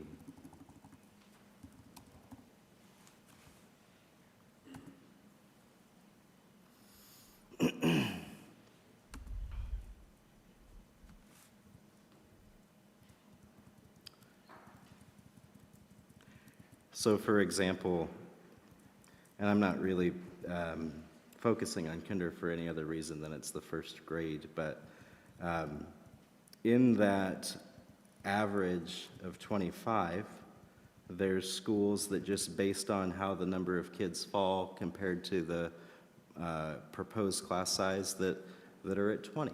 And there's some that are at 27.5. And so I really do think modeling it this way does capture that. I wasn't here at that change, and so I'm not really certain how my predecessor modeled it. I will tell you that she told us for every one student we decreased, it was going to be $1 million. You remember that? It was $1 million every one student we decreased, which is why it took a little bit of time. But I, like Board Member Moran, that was one of the very first things that we did on this board when I got on this board, was to lower class sizes. And I was really proud of us for getting that done, because we were advised not to do it. Yeah. So this one gives me the most heartburn of all the things that you're talking about. And I understand that we are going to have to make some very difficult decisions. And I'm not saying that I won't be able to make some hard decisions, but I am saying that I really would like to make sure we are more concrete on that number, because it is something that we worked really hard on to make happen. And I do think that our students benefit from it, so. So I think some question, I guess, Go ahead. based on like where we are now, when I look at the numbers of classroom sizes that we have now, I understand that we issue contracts early in the year, but clearly we have some classes that should have been collapsed, and we didn't do that. So can we be more agile with that? Because that obviously would be class savings or shifting those people somewhere else. So I feel like there are some cost savings. So I guess I'd like to know what those numbers would look like. I think there's some cost savings that can happen from a more agile model of making those changes when they become evident, as opposed to continuing to just keep the number of classrooms open that we started the year with. I know that's very painful and nobody likes to do that, but that might be something we need to start doing and making a regular practice of, just like we would expand and open, and no one likes that either, because no one wants to shift their kid after they've already started the grade or whatever, but that is in the best interest of student success, just like collapsing a class is in the best interest of student success. So I'd like to know more about opportunities for that. I know you can't predict the future, but if we were to have done that this year, like what would that have looked like, or what might that save going into next year? And then I want to continue the conversation on actually filling our classrooms. Because now when I look at that open enrollment, there's so much green on there. I'm like, why do we have so much green? Because we haven't always had that much green. And so I do think there are some things that are happening naturally, like going back to being an A-rated district and things like that, that will help with that. But what can we do from a marketing and trust and communication standpoint to try to recruit more students and toot our own horn with the great things that we're doing and try to fill those seats? I know we can't guarantee that, so that's really hard from a budget standpoint to say we're going to increase enrollment by 2% because we're doing X, Y, Z. We have to prove that out. But I do think putting some investment into that could be worth that, because I do know that we have so much to offer, and the parents and families that we have and the teachers that we have know that as well. So I don't know how to make that happen, but I would love to see more of that. Yeah, I think those are great ideas. We dipped our toe into that a little bit. My timeline is blurring together in my head. I can't remember if that was this year or last year. Sam, do you want to talk about some of the marketing efforts we did around Rancho Santa Fe?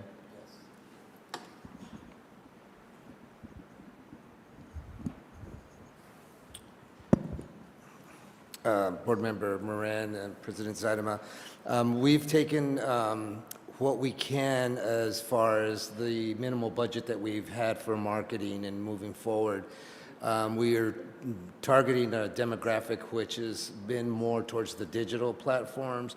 To traditional marketing through print and all that is, there's really no way to get any kind of ROI on that, so we can't get any data to see how it's tracking. So we've changed our strategy on that, which is even less expensive to do as we market. What we do is boosting, where we can get in front of an additional 10,000 eyes to see a message, to see some of the storytellings that we're showing, the amazing work that our teachers are doing within the classrooms, where we can get that at $50 rate as opposed to an $800 ad that's going to run one time.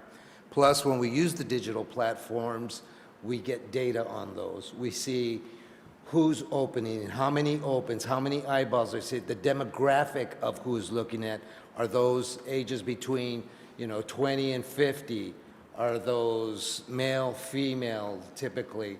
So we can gather all this data and we can target where we're doing those digitally.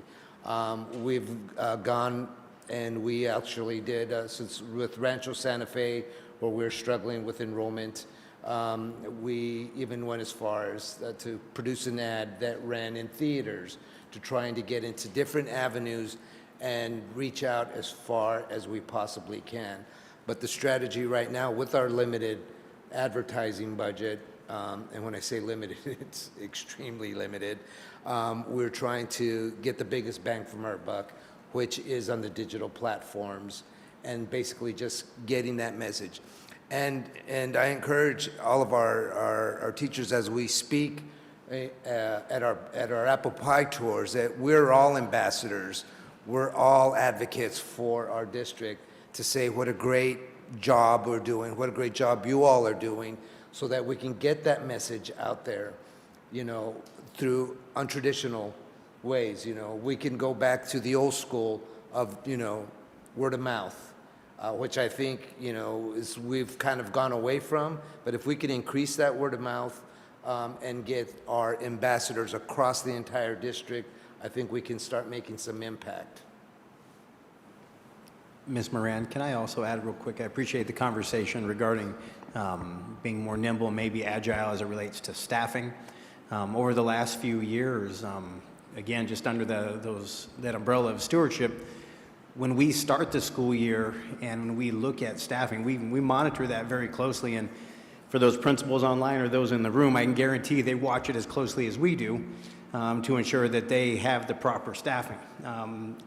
With our current models and with some of our smaller schools, let's just say you use a grade level that just happens to have 2 teachers per, the ability to be more nimble or monitor and modify staffing is way less, simply because you don't have the places to put the children, or if you were to reduce as an example. And so we've spent our energy and conversation trying to support, when we're in those spots, trying to give more leeway to maybe our schools that have more Title I students, or schools that might have already tight classrooms, knowing if you were to remove a teacher, it would really jeopardize those classrooms. So I do appreciate the conversation. It's something we've really talked about over the last few years.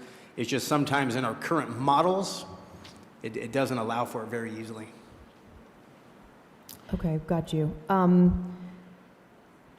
guess I would say overall, because I was with President Zeidema in the fight to reduce class sizes, I'm not in favor of increasing them. It's not the top of my list. However, I am reasonable, and if that is the cabinet's or administration's recommendation, I would prefer to see something meeting in the middle, potentially, not going back to 2018, maybe increasing by 1, again, if that is ultimately what we have to do, because I think my question to my fellow board members would be, if we're going to say we don't want class sizes to increase, what are we going to do? Because we have to do something.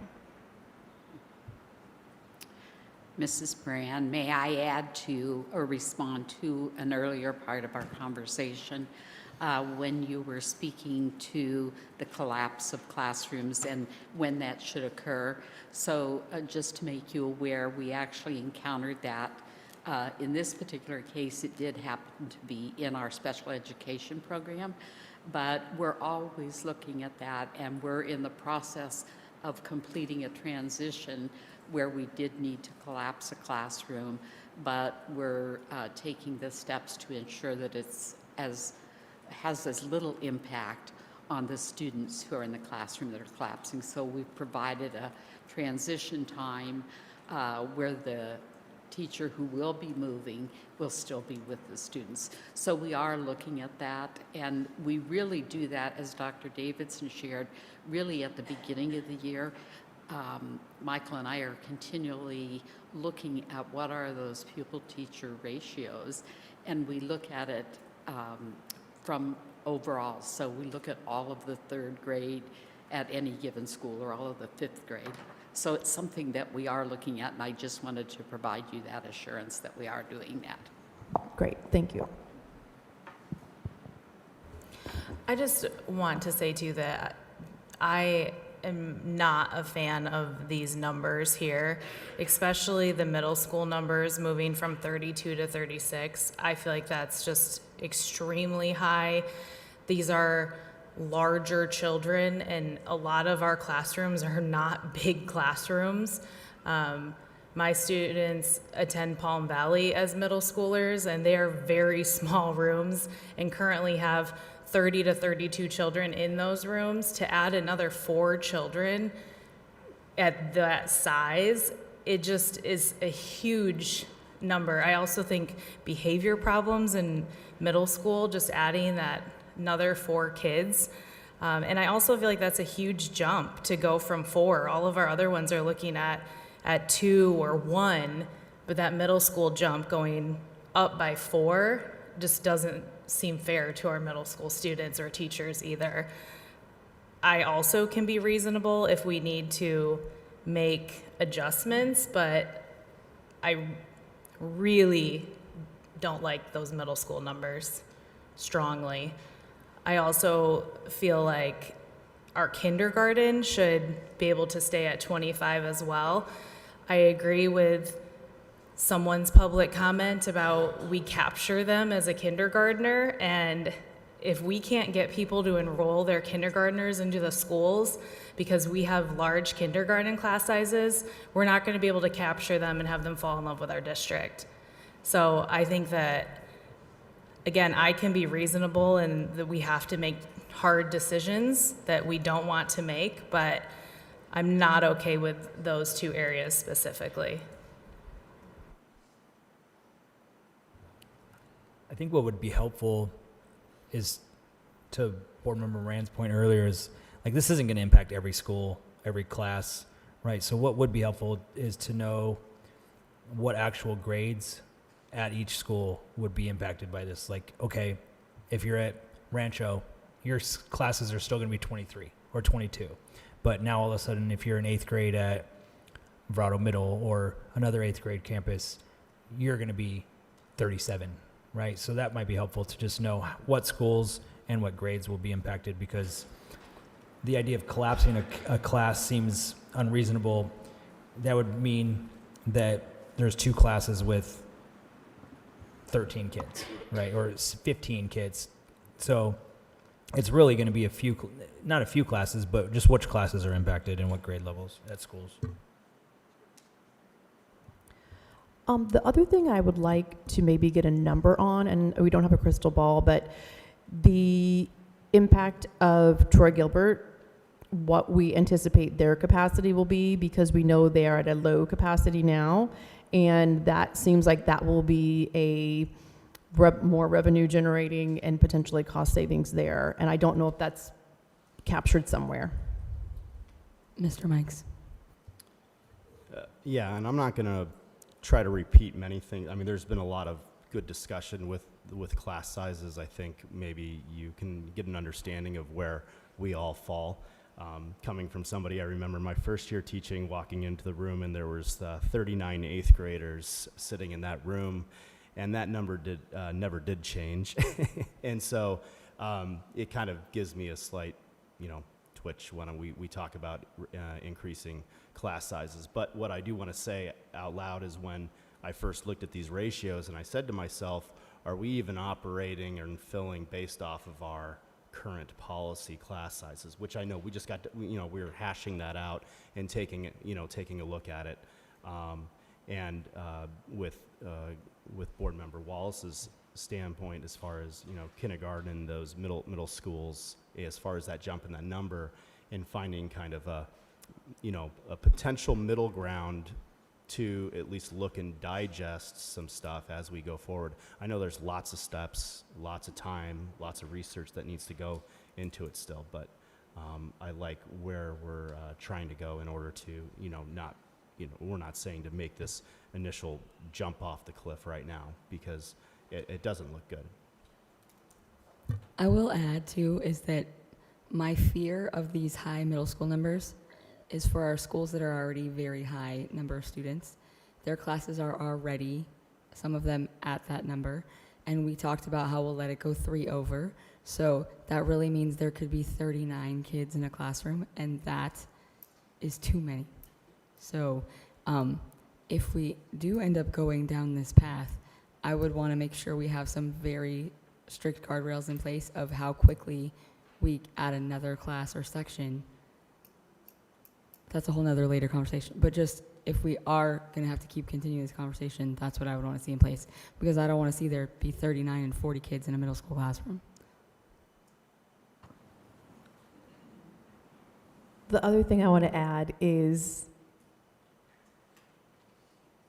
as I stated earlier, we are always going to try to make decisions in the best interest of student success, and I'm going to be hard pressed to say that this is in the best, increasing class sizes is in the best interest of student success. So I feel like this is a policy decision that one year is going to look one way and one year might look a different way. And so I think this has to go back to like our core values, and not just, hey, one year we might save 1.8 million, one year we might save 500,000. So for me, it feels like more than just a budget number. Do I have any other board member feedback on that? You're not wrong.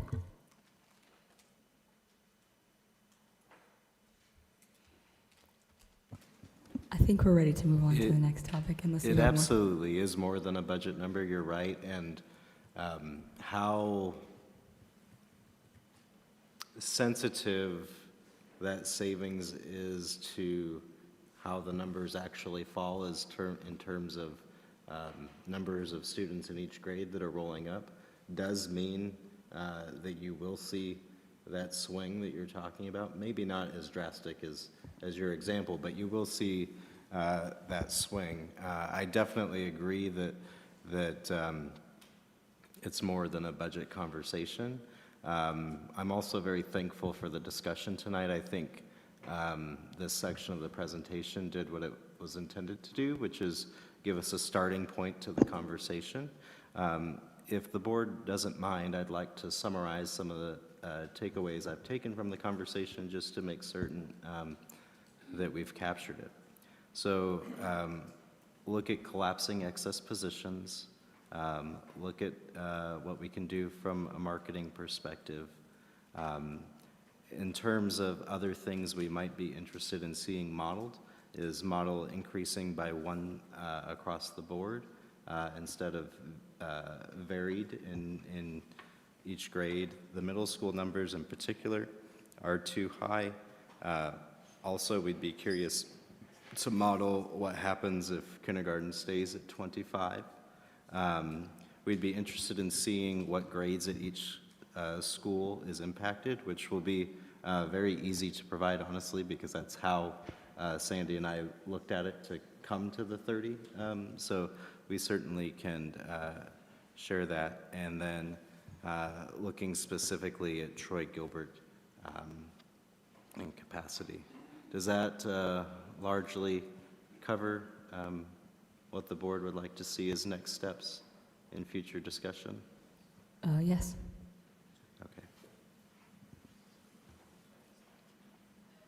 Okay. Only one or two things, right? All right. As part of this work, the team also reviewed student-to-staff ratios in resource and special ed self-contained programs and is in the process of finalizing an initial recommendation for discussion for students-to-staff ratios for our English language development program. Special education staffing ratios in Litchfield are driven by a weighted student count formula that takes into account not just how many students are needing services, but different characteristics of that need, such as level of the special education placement. These changed ratios for resource were developed in collaboration with the special education leadership team. This slide shows the proposed ratios for middle school resource rooms. Ratios and class sizes for our self-contained programs were reviewed and modified by our Special Education Guiding Coalition with guidance from the administrative team. The Special Education Guiding Coalition includes our special education leadership team, special education coaches that primarily are only 1 year removed from the classroom and presently focus on supporting these programs, and related service provider leads. The results are shown in this slide and the next.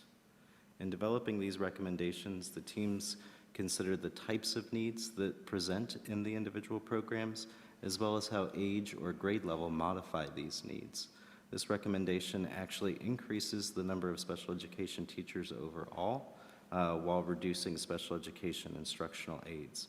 We believe these ratios may actually reduce turnover in our self-contained teaching positions due to the reduction in class sizes for younger students, while still creating a savings overall. However, I believe this work highlights a thought process that was in place throughout this work. The team worked hard to identify changes that we believe made sense while also being good stewards of our resources. This slide shows the proposed ratios in the remaining self-contained programs. I'd like to pause for discussion around these ratios in the more specialized programs. I will go first if no one else, anybody else want to go first? Okay, so what I think I heard you say, but I want to just make sure, is I'm not an expert on special ed or the ratios. I'm much more familiar with the general ed classroom sizes. So you're telling me that these recommendations are really coming from Director Coyne and the work that he has in his team, and they are the experts in this area, and they have looked at their own operations and ratios, and you're not telling them you need to do X, Y, Z. They're coming to you and saying, this is what we think is feasible based on how we currently operate. That's exactly right. We've had multiple full-day brainstorming sessions with the special education team, but the tone behind that work has always been, let's just review our current practices and let's discuss what we think makes sense. We, as a smaller group, several members of cabinet and then just the special education leadership team came up with slightly different self-contained ratios. Director Coyne then brought that to his guiding coalition for special education, and they developed what you're seeing here. My involvement was honestly simply calculating what it meant from a dollars and cents perspective. Okay. And we know the expenses of special ed have been a hot topic because they continue to increase. And we know that that's one of the things that as a board, we tasked Dr. Davidson with looking at specifically this year was special ed. So, and the expenses around that. So for me, this seems like another area that's definitely more on the win side, or something that we would be doing regardless of this. Is that also accurate? Yes, I think it's a good example of what I said early on in the presentation, that budget may have been the catalyst to start some of these conversations, but this is certainly an example of where we were reviewing our current practices and looking at what makes sense. Budget may have started the conversation, but it certainly was not the driving force in coming to the conclusions or the potential recommendation that you see here tonight. Okay. And in your opinion, how solid are these estimated cost savings? They're very similar to the general education cost savings in the sense that we sat down with Director Coyne, modeled what staffing would be for next year using these ratios, figured out what the change in staffing was based on that, and then used average costs for those types of positions to calculate the savings. Okay. And is it fair to say that our special ed population is more consistent than our gen ed population? No. It's very difficult to forecast. Okay.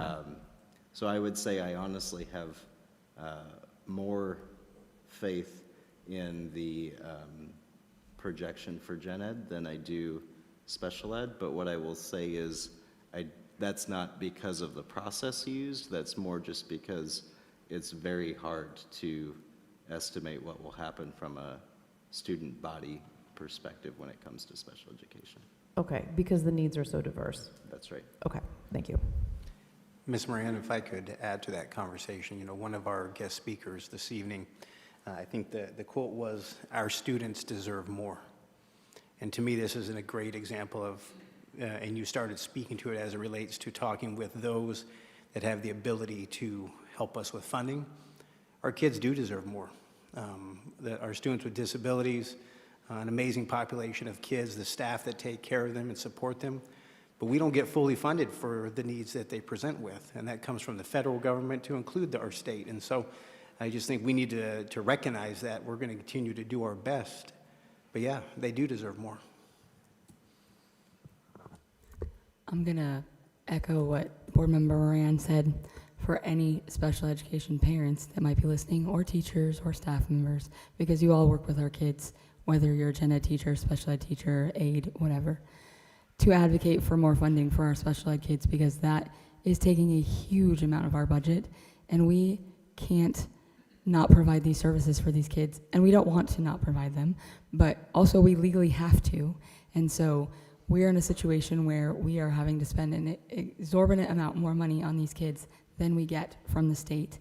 And that means we have to cut from other areas, and that's not fair to anybody that we have to do that. So absolutely start advocating to your state legislators about funding special education fully.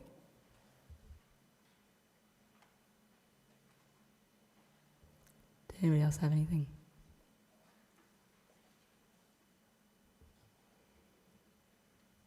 I think we're good here for now. That one just feels positive all the way around, so as far as not hurting anyone, but continuing to provide the services that we provide, maybe even at a better level.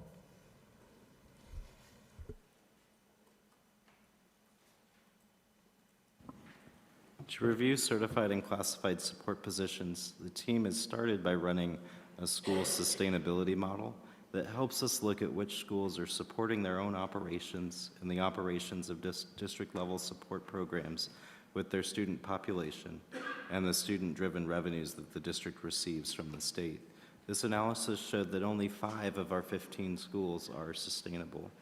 We've not developed a recommendation for any changes to classified or certified supports at schools based on this information and the feedback we received in the survey that these are the least feasible for our schools.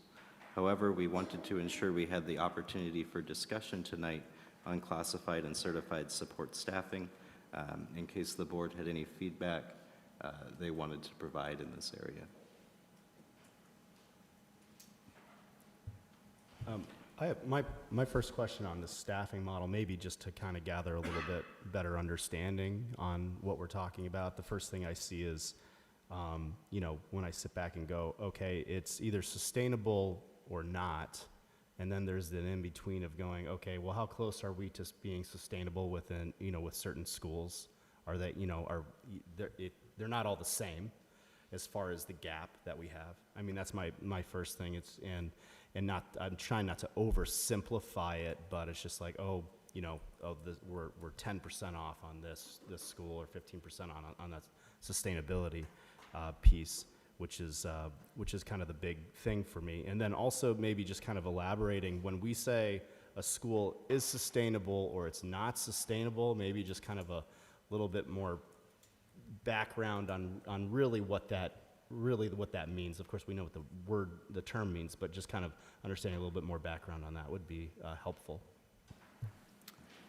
What we did with this analysis is we used last year's data to avoid having to forecast where things would end, because last year is solid data. It actually happened. And what we did is I broke down the state funding formula that we get funded for as a district, and I ran it for each individual school in the same exact manner. And so that was essentially the resources coming in to that school. Then what we did from the expense side is I segregated expenses between what I pushed and called district level and what I allocated directly to the schools. So what expenses we kept at the district level were all special education expenses.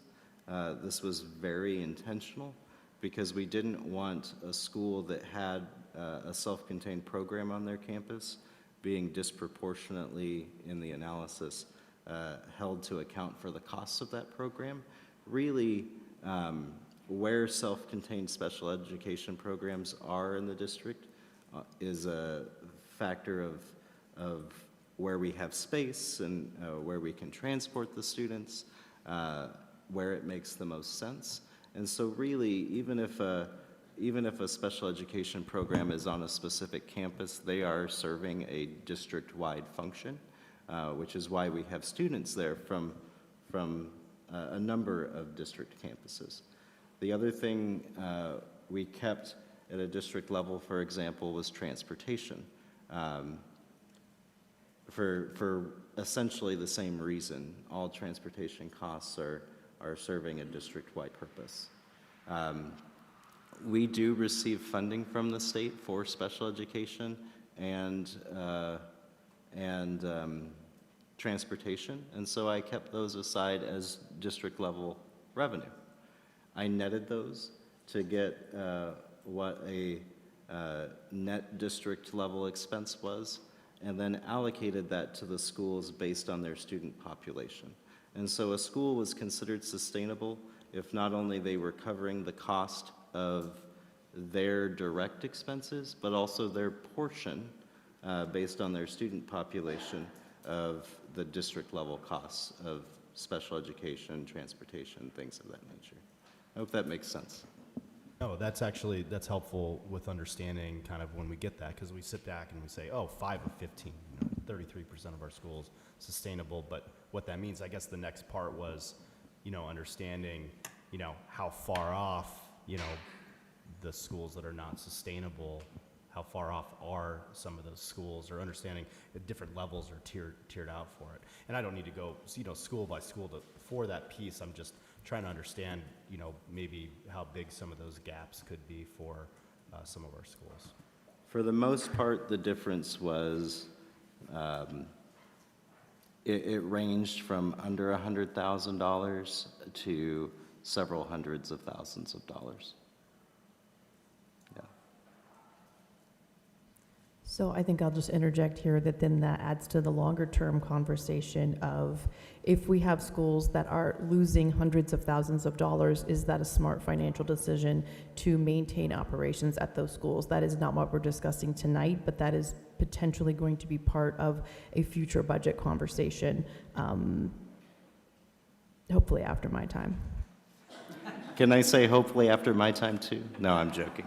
Yeah. I do think that that's why, though, you see so many districts across the state having those conversations about repurposing campuses.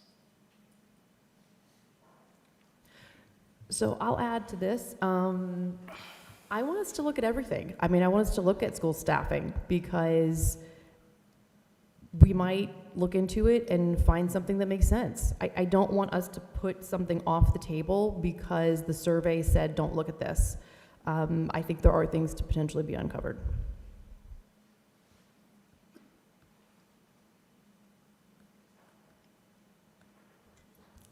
I'm kind of in agreement that I want to look at all our options. I don't want to get us stuck in one spot. I want us to have multiple ways we can go. We've been asked to be creative. Well, that means we have to look at everything. And it might be things you don't like that we're looking at, but we have to do that because we have to look at every area and see what is going to be the most effective and the least, and try to figure out what can be the most effective while being the least impactful, like least harming to our students. I do think one of the questions we had that I didn't answer, but it wasn't intentional that I didn't answer, I'd like to go back and answer it if that's okay, is what are we really talking about when we talk about the school staffing model? So on the certified side, how our staffing model looks beyond class sizes is each school presently receives an ELL coordinator, an instructional coach, and a behavior coach or student advisor, along with an allocation of full-time equivalent positions that we call certified choice. And that's where the school leadership, in connection with Dr. Doozy, using data, they decide how to use those full-time equivalent positions. Those are driven based on student count at the school, how much they receive for those. That's where we tend to see reading specialists come in our K-5s. Most of the principals are using their certified choice to support a reading specialist. That's where you might see additional behavior coaches or student advisors on the campus. And so if we were to make an adjustment to school staffing on the certified side, what questions you'd be asking yourself essentially is what of ELL coordinators, instructional coach, and behavior coach should not just be a given because you exist at a school, and where potentially could we provide fewer certified choice FTE based on the number of students. So that's what that means on the certified side. On the classified side, our schools are staffed with a number of employees in the front office, and then Litchfield for a very long time has had classified choice. It used to be called aid hours allocations. We changed the name of it just to align it more with the certified side when we implemented that change in staffing standard after ESSER. But schools receive a office manager. They receive classified specials instructors based on the number of teachers in each grade. They receive an attendance clerk, crossing guards based on the number of ADOT approved crossings at their school. And then from the Classroom Site Fund, they receive 2 intervention aides. But when we talk about school staffing models, that's really what we're talking about, is exploring changes in those supports that certainly support the classroom, but are not driven by the class size ratios that we discussed previously.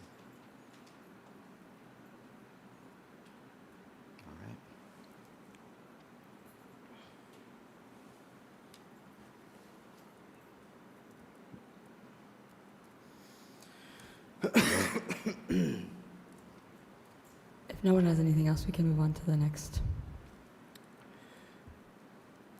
We do not have any recommendations tonight to consider concerning raises for next year, as we're still finalizing the compensation study to share. We also are working on our benefits for next year by incorporating them into our compensation study. We are utilizing the feedback we received on the changes in dental and vision coverage and are exploring migrating those coverages back to Valley Schools, our provider, prior to the change that was made for this school year. The team would like to pause for discussion on raises and benefits for next year prior to continuing. Mr. Vaughn, any chance that you could maybe elaborate as far as, we may or may not recommend the typical 2%, like, maybe where does that come from, and, how it's traditionally been passed on to teachers or not? That would be helpful. Of course.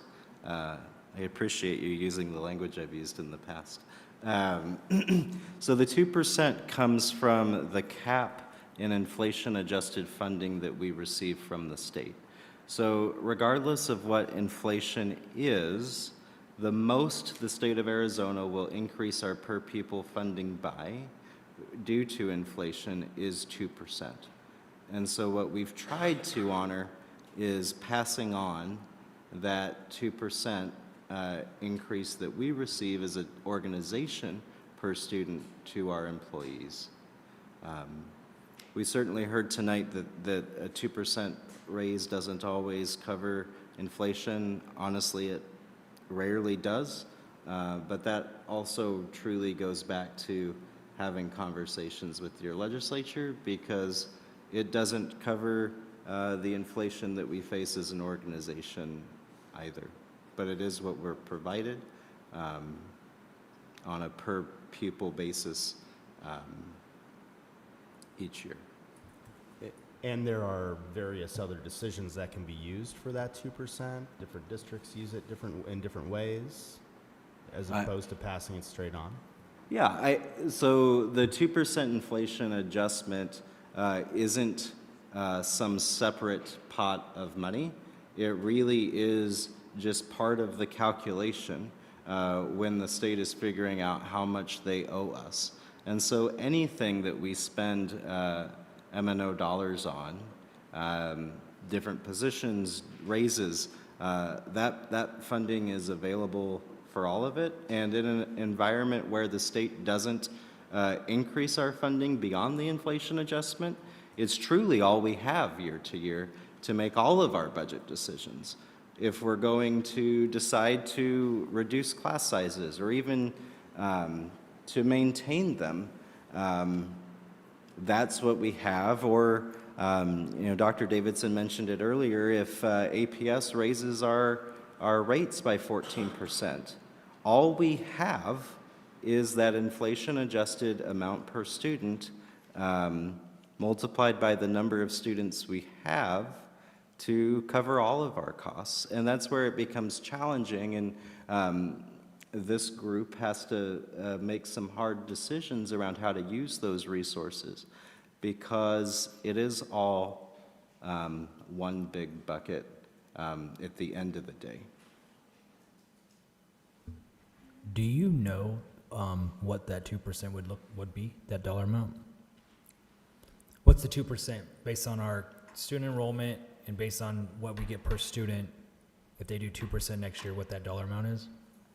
Off the top of my head, I don't. But when we update the multi-year forecast for our future conversation, part of the work I do to create that forecast is to take the projected enrollment, assume that 2% increase, and calculate out what our revenue would be for next year. So what was our student enrollment this year? What's our current student enrollment? I might have to borrow your calculator, Board Member Moran. Here you go. I don't know how to work it, actually. I'm just kidding. Let me pull up, if you don't mind, my presentation from our November discussion. Sorry, let's get a number. Do you know, and what was our per pupil amount this year? All right, let me, Yeah.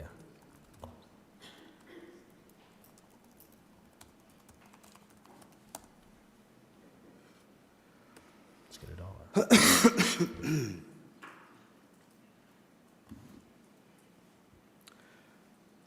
One of the things that makes this a little bit more challenging to answer, and why I'm pulling up the state report to give you accurate numbers, is it's not purely student count, it's average daily membership. So just to be able to give you accurate numbers, I'm pulling that right now.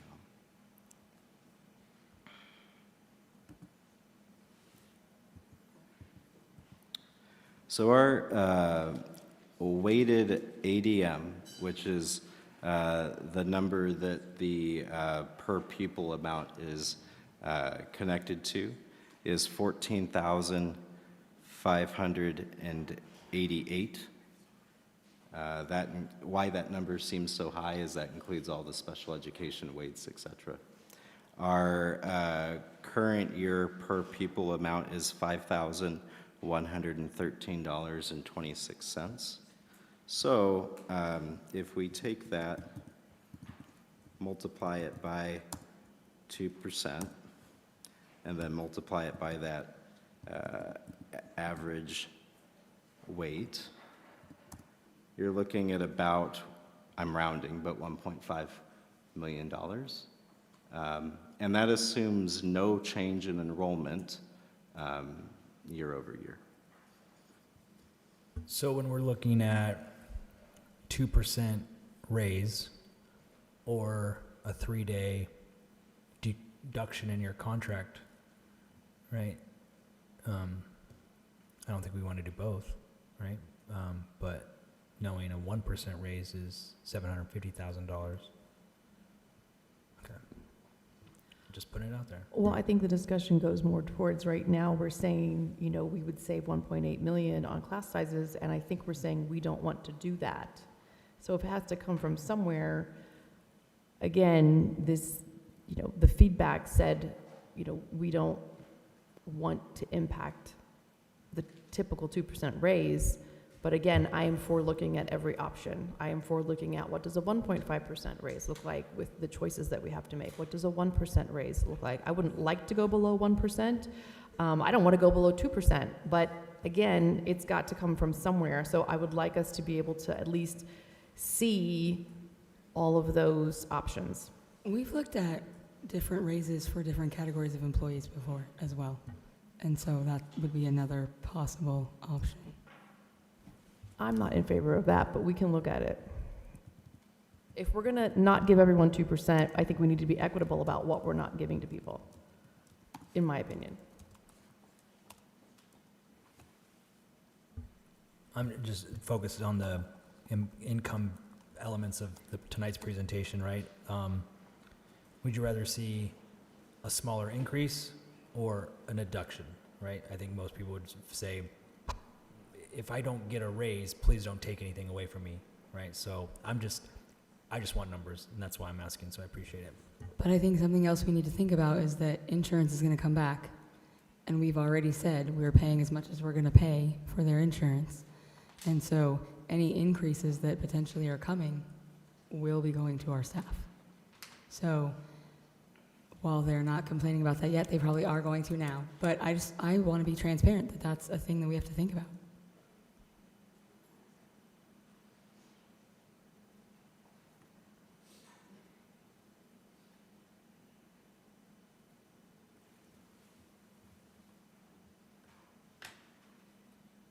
I think we're good to move to next. Okay.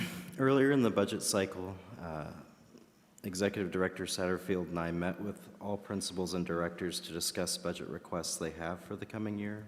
We are actively in the process of costing those out, and we hope to bring forward to you some additional recommendations soon. This slide summarizes the potential cost savings of the items we've discussed tonight. I hope as we've talked through these items, you see that while the catalysts for these conversations were largely budget-based, the teams worked hard in collaboration with others to try to identify opportunities to re-examine current practices and bring forward changes that might make sense while being good stewards of district resources. The team and I are available to answer any further questions you may have or support any further discussion. One question I would have for the board is if there's anything you think we didn't talk about tonight that hasn't already come out in discussion, I'd certainly love to hear those ideas.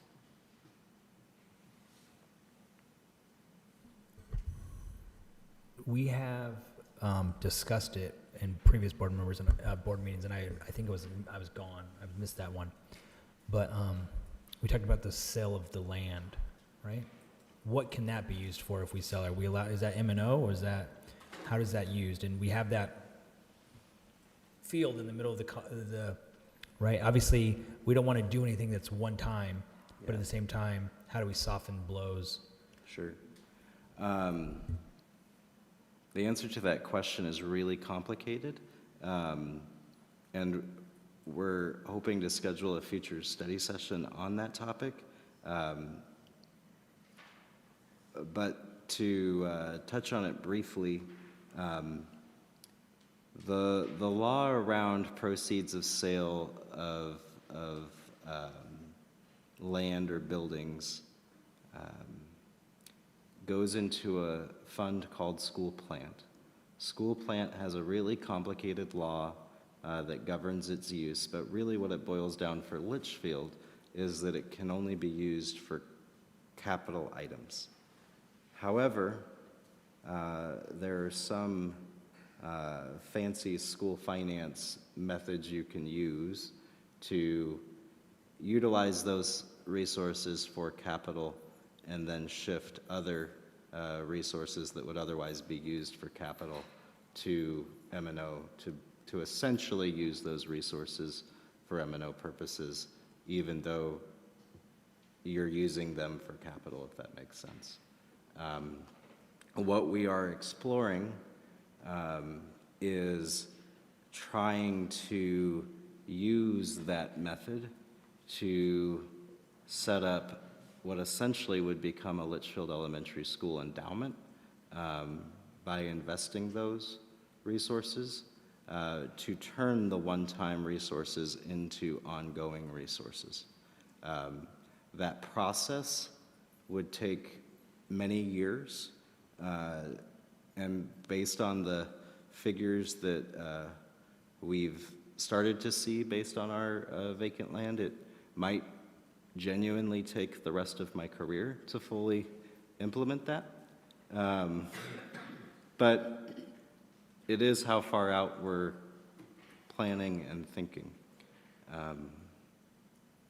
So I hope that somewhat answers your question. So it's a no. Got it. Okay.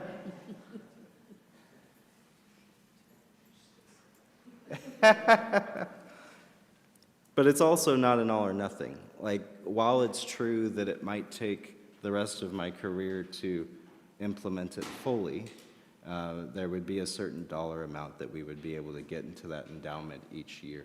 And so that endowment would grow as we're able to shift. But I do not think it is a viable option to address the present budget concern. Yeah. So when Ms. Moran asked earlier how much money we were looking to cut, you said anywhere from 3 to 4 million. And all of the options we've talked about today adds up to 3.4 million. So to me, it feels like this is what you're wanting to do. I mean, obviously, you will look at some other options based on our conversation today, but I can see why maybe some people saw this that are upset right now and think that's what's happening, because you just said we need to cut $3 to $4 million, and that's how much we're discussing tonight. Yeah, so I was actually surprised at what the figure was that it came to, because we've been working on each of these individual concepts for the last about 2 months now, and it wasn't until last Friday that I finally had all the numbers to plug into this. So I know it might feel that way, but genuinely I can say it wasn't the intention. One of the things that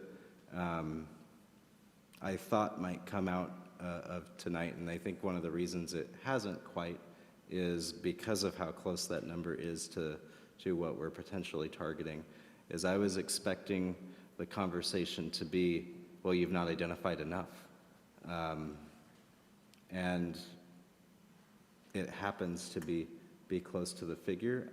I'm still not certain that we've identified the right things. I think we identified enough to have the first of several conversations, and I think we'll continue having those conversations, honestly, as we do every year. I think there's more focus on it this year because we're talking about cuts as opposed to modifications and additions. But our budget process, honestly, has not changed. Every year in November, we talk about budget context. And then in January, we start having initial conversations. Those continue into February, and then a recommendation from administration comes and the board considers approving it in early March. And so we are on path for that, and it really honestly hasn't been a different process than we've had each year I've been here. I'm not sure what else I can add to that, but genuinely I was surprised. Did anyone else have any feedback or comments? Yeah, I'm glad that this is a discussion, because obviously if these were our options and we had to vote on it right now, it would be horrible. But like Board Member Moran mentioned earlier, and I think President Zidem mentioned, like, there's other things that we need to consider. I think we need to, I'd love some additional feedback. Right? It's easy. It's not easy. I understand, right? The feedback I've gotten via email, the feedback we heard tonight, right? Please don't do this. Please don't cut that. Please don't cut that. Things are going to have to get cut, unfortunately. And so it's just like it's very similar to your household budget, right? We have a limited amount of money. And so how do we make what isn't going to be an easy decision regardless? It's going to have impacts to students, and human beings, but how do we limit its impact on our students, number one, right, and their ability to learn. But at the end of the day, we need to make sure that the best decisions are made with the most information that we can get. And so I'm hoping that the discussion we had tonight and the discussion we have and the work that you do over the next month until we meet again will hopefully open some new opportunities. And yeah, I whispered it earlier, this is like the worst part every year of being up here, knowing that, we have to make the final decision based on your recommendations. So none of this is taken lightly. For anybody listening, like, we hear you obviously, but just like we make sacrifices at our own homes and in our own lives, this is a reality that we're facing. I mean, just to piggyback a little bit off of that, what I just want to say is, hopefully what we hear, I think this process has shown is, we're not going to try to find the easiest thing that's there. We are going to turn over as many possible stones as possible, and then even dig holes underneath those stones to take a look and see what's there to make the right decisions. I do firmly believe that we have the right people in place and for the conversations and to engage with staff and everything like that to really see to see that we're the most educated as possible with each individual scenario as we're coming up to to make those choices. And when there are hard choices, to be able to say we've looked everywhere. And that's kind of that promise and that thing that I just want to make sure people know and hear with it. So anyone else?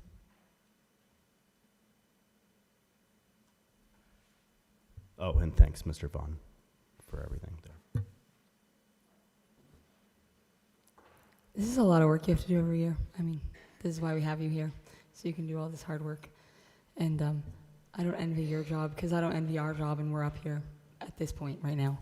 But I do also appreciate all that you do, and that you are very thoughtful in all the things that you're going through, and that you really try to look at every possible option so that we can have the least harmful situation come out of this. So thank you for what you've done.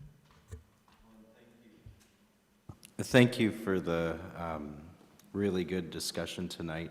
I hope everyone who's here and is watching it at home or will watch it later can truly tell that this is a discussion. This presentation was intended to be the starting point, and I think based on the feedback we received, it obviously is. We have some additional things we need to look at that we need to bring back for our consideration.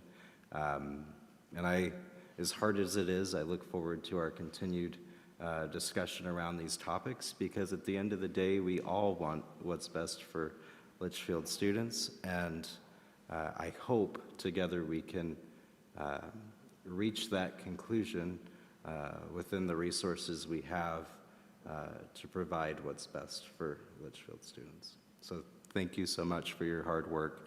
I know this discussion isn't fun, but I really do appreciate you engaging in it with not just me, but the entire team here.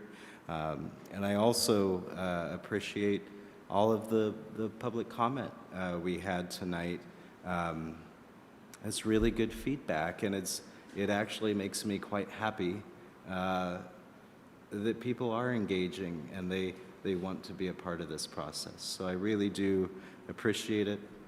We have a lot of hard work ahead of us, but I'm hoping together we can come to a good result at the end of the day. So thank you so much. If you are done, then that is the last thing on the agenda today. If someone wants to make a motion. I move to adjourn the meeting. Second. Having a motion for Mr. Owens and a second for Mr. Mikes, I'll call for the vote. Ms. Wallace? Yay. Mr. Mikes? Yay. Mr. Owens? Yay. Ms. Moran? Yay. I'm also a yay. Motion passes. Thank you guys who joined us here in person and who are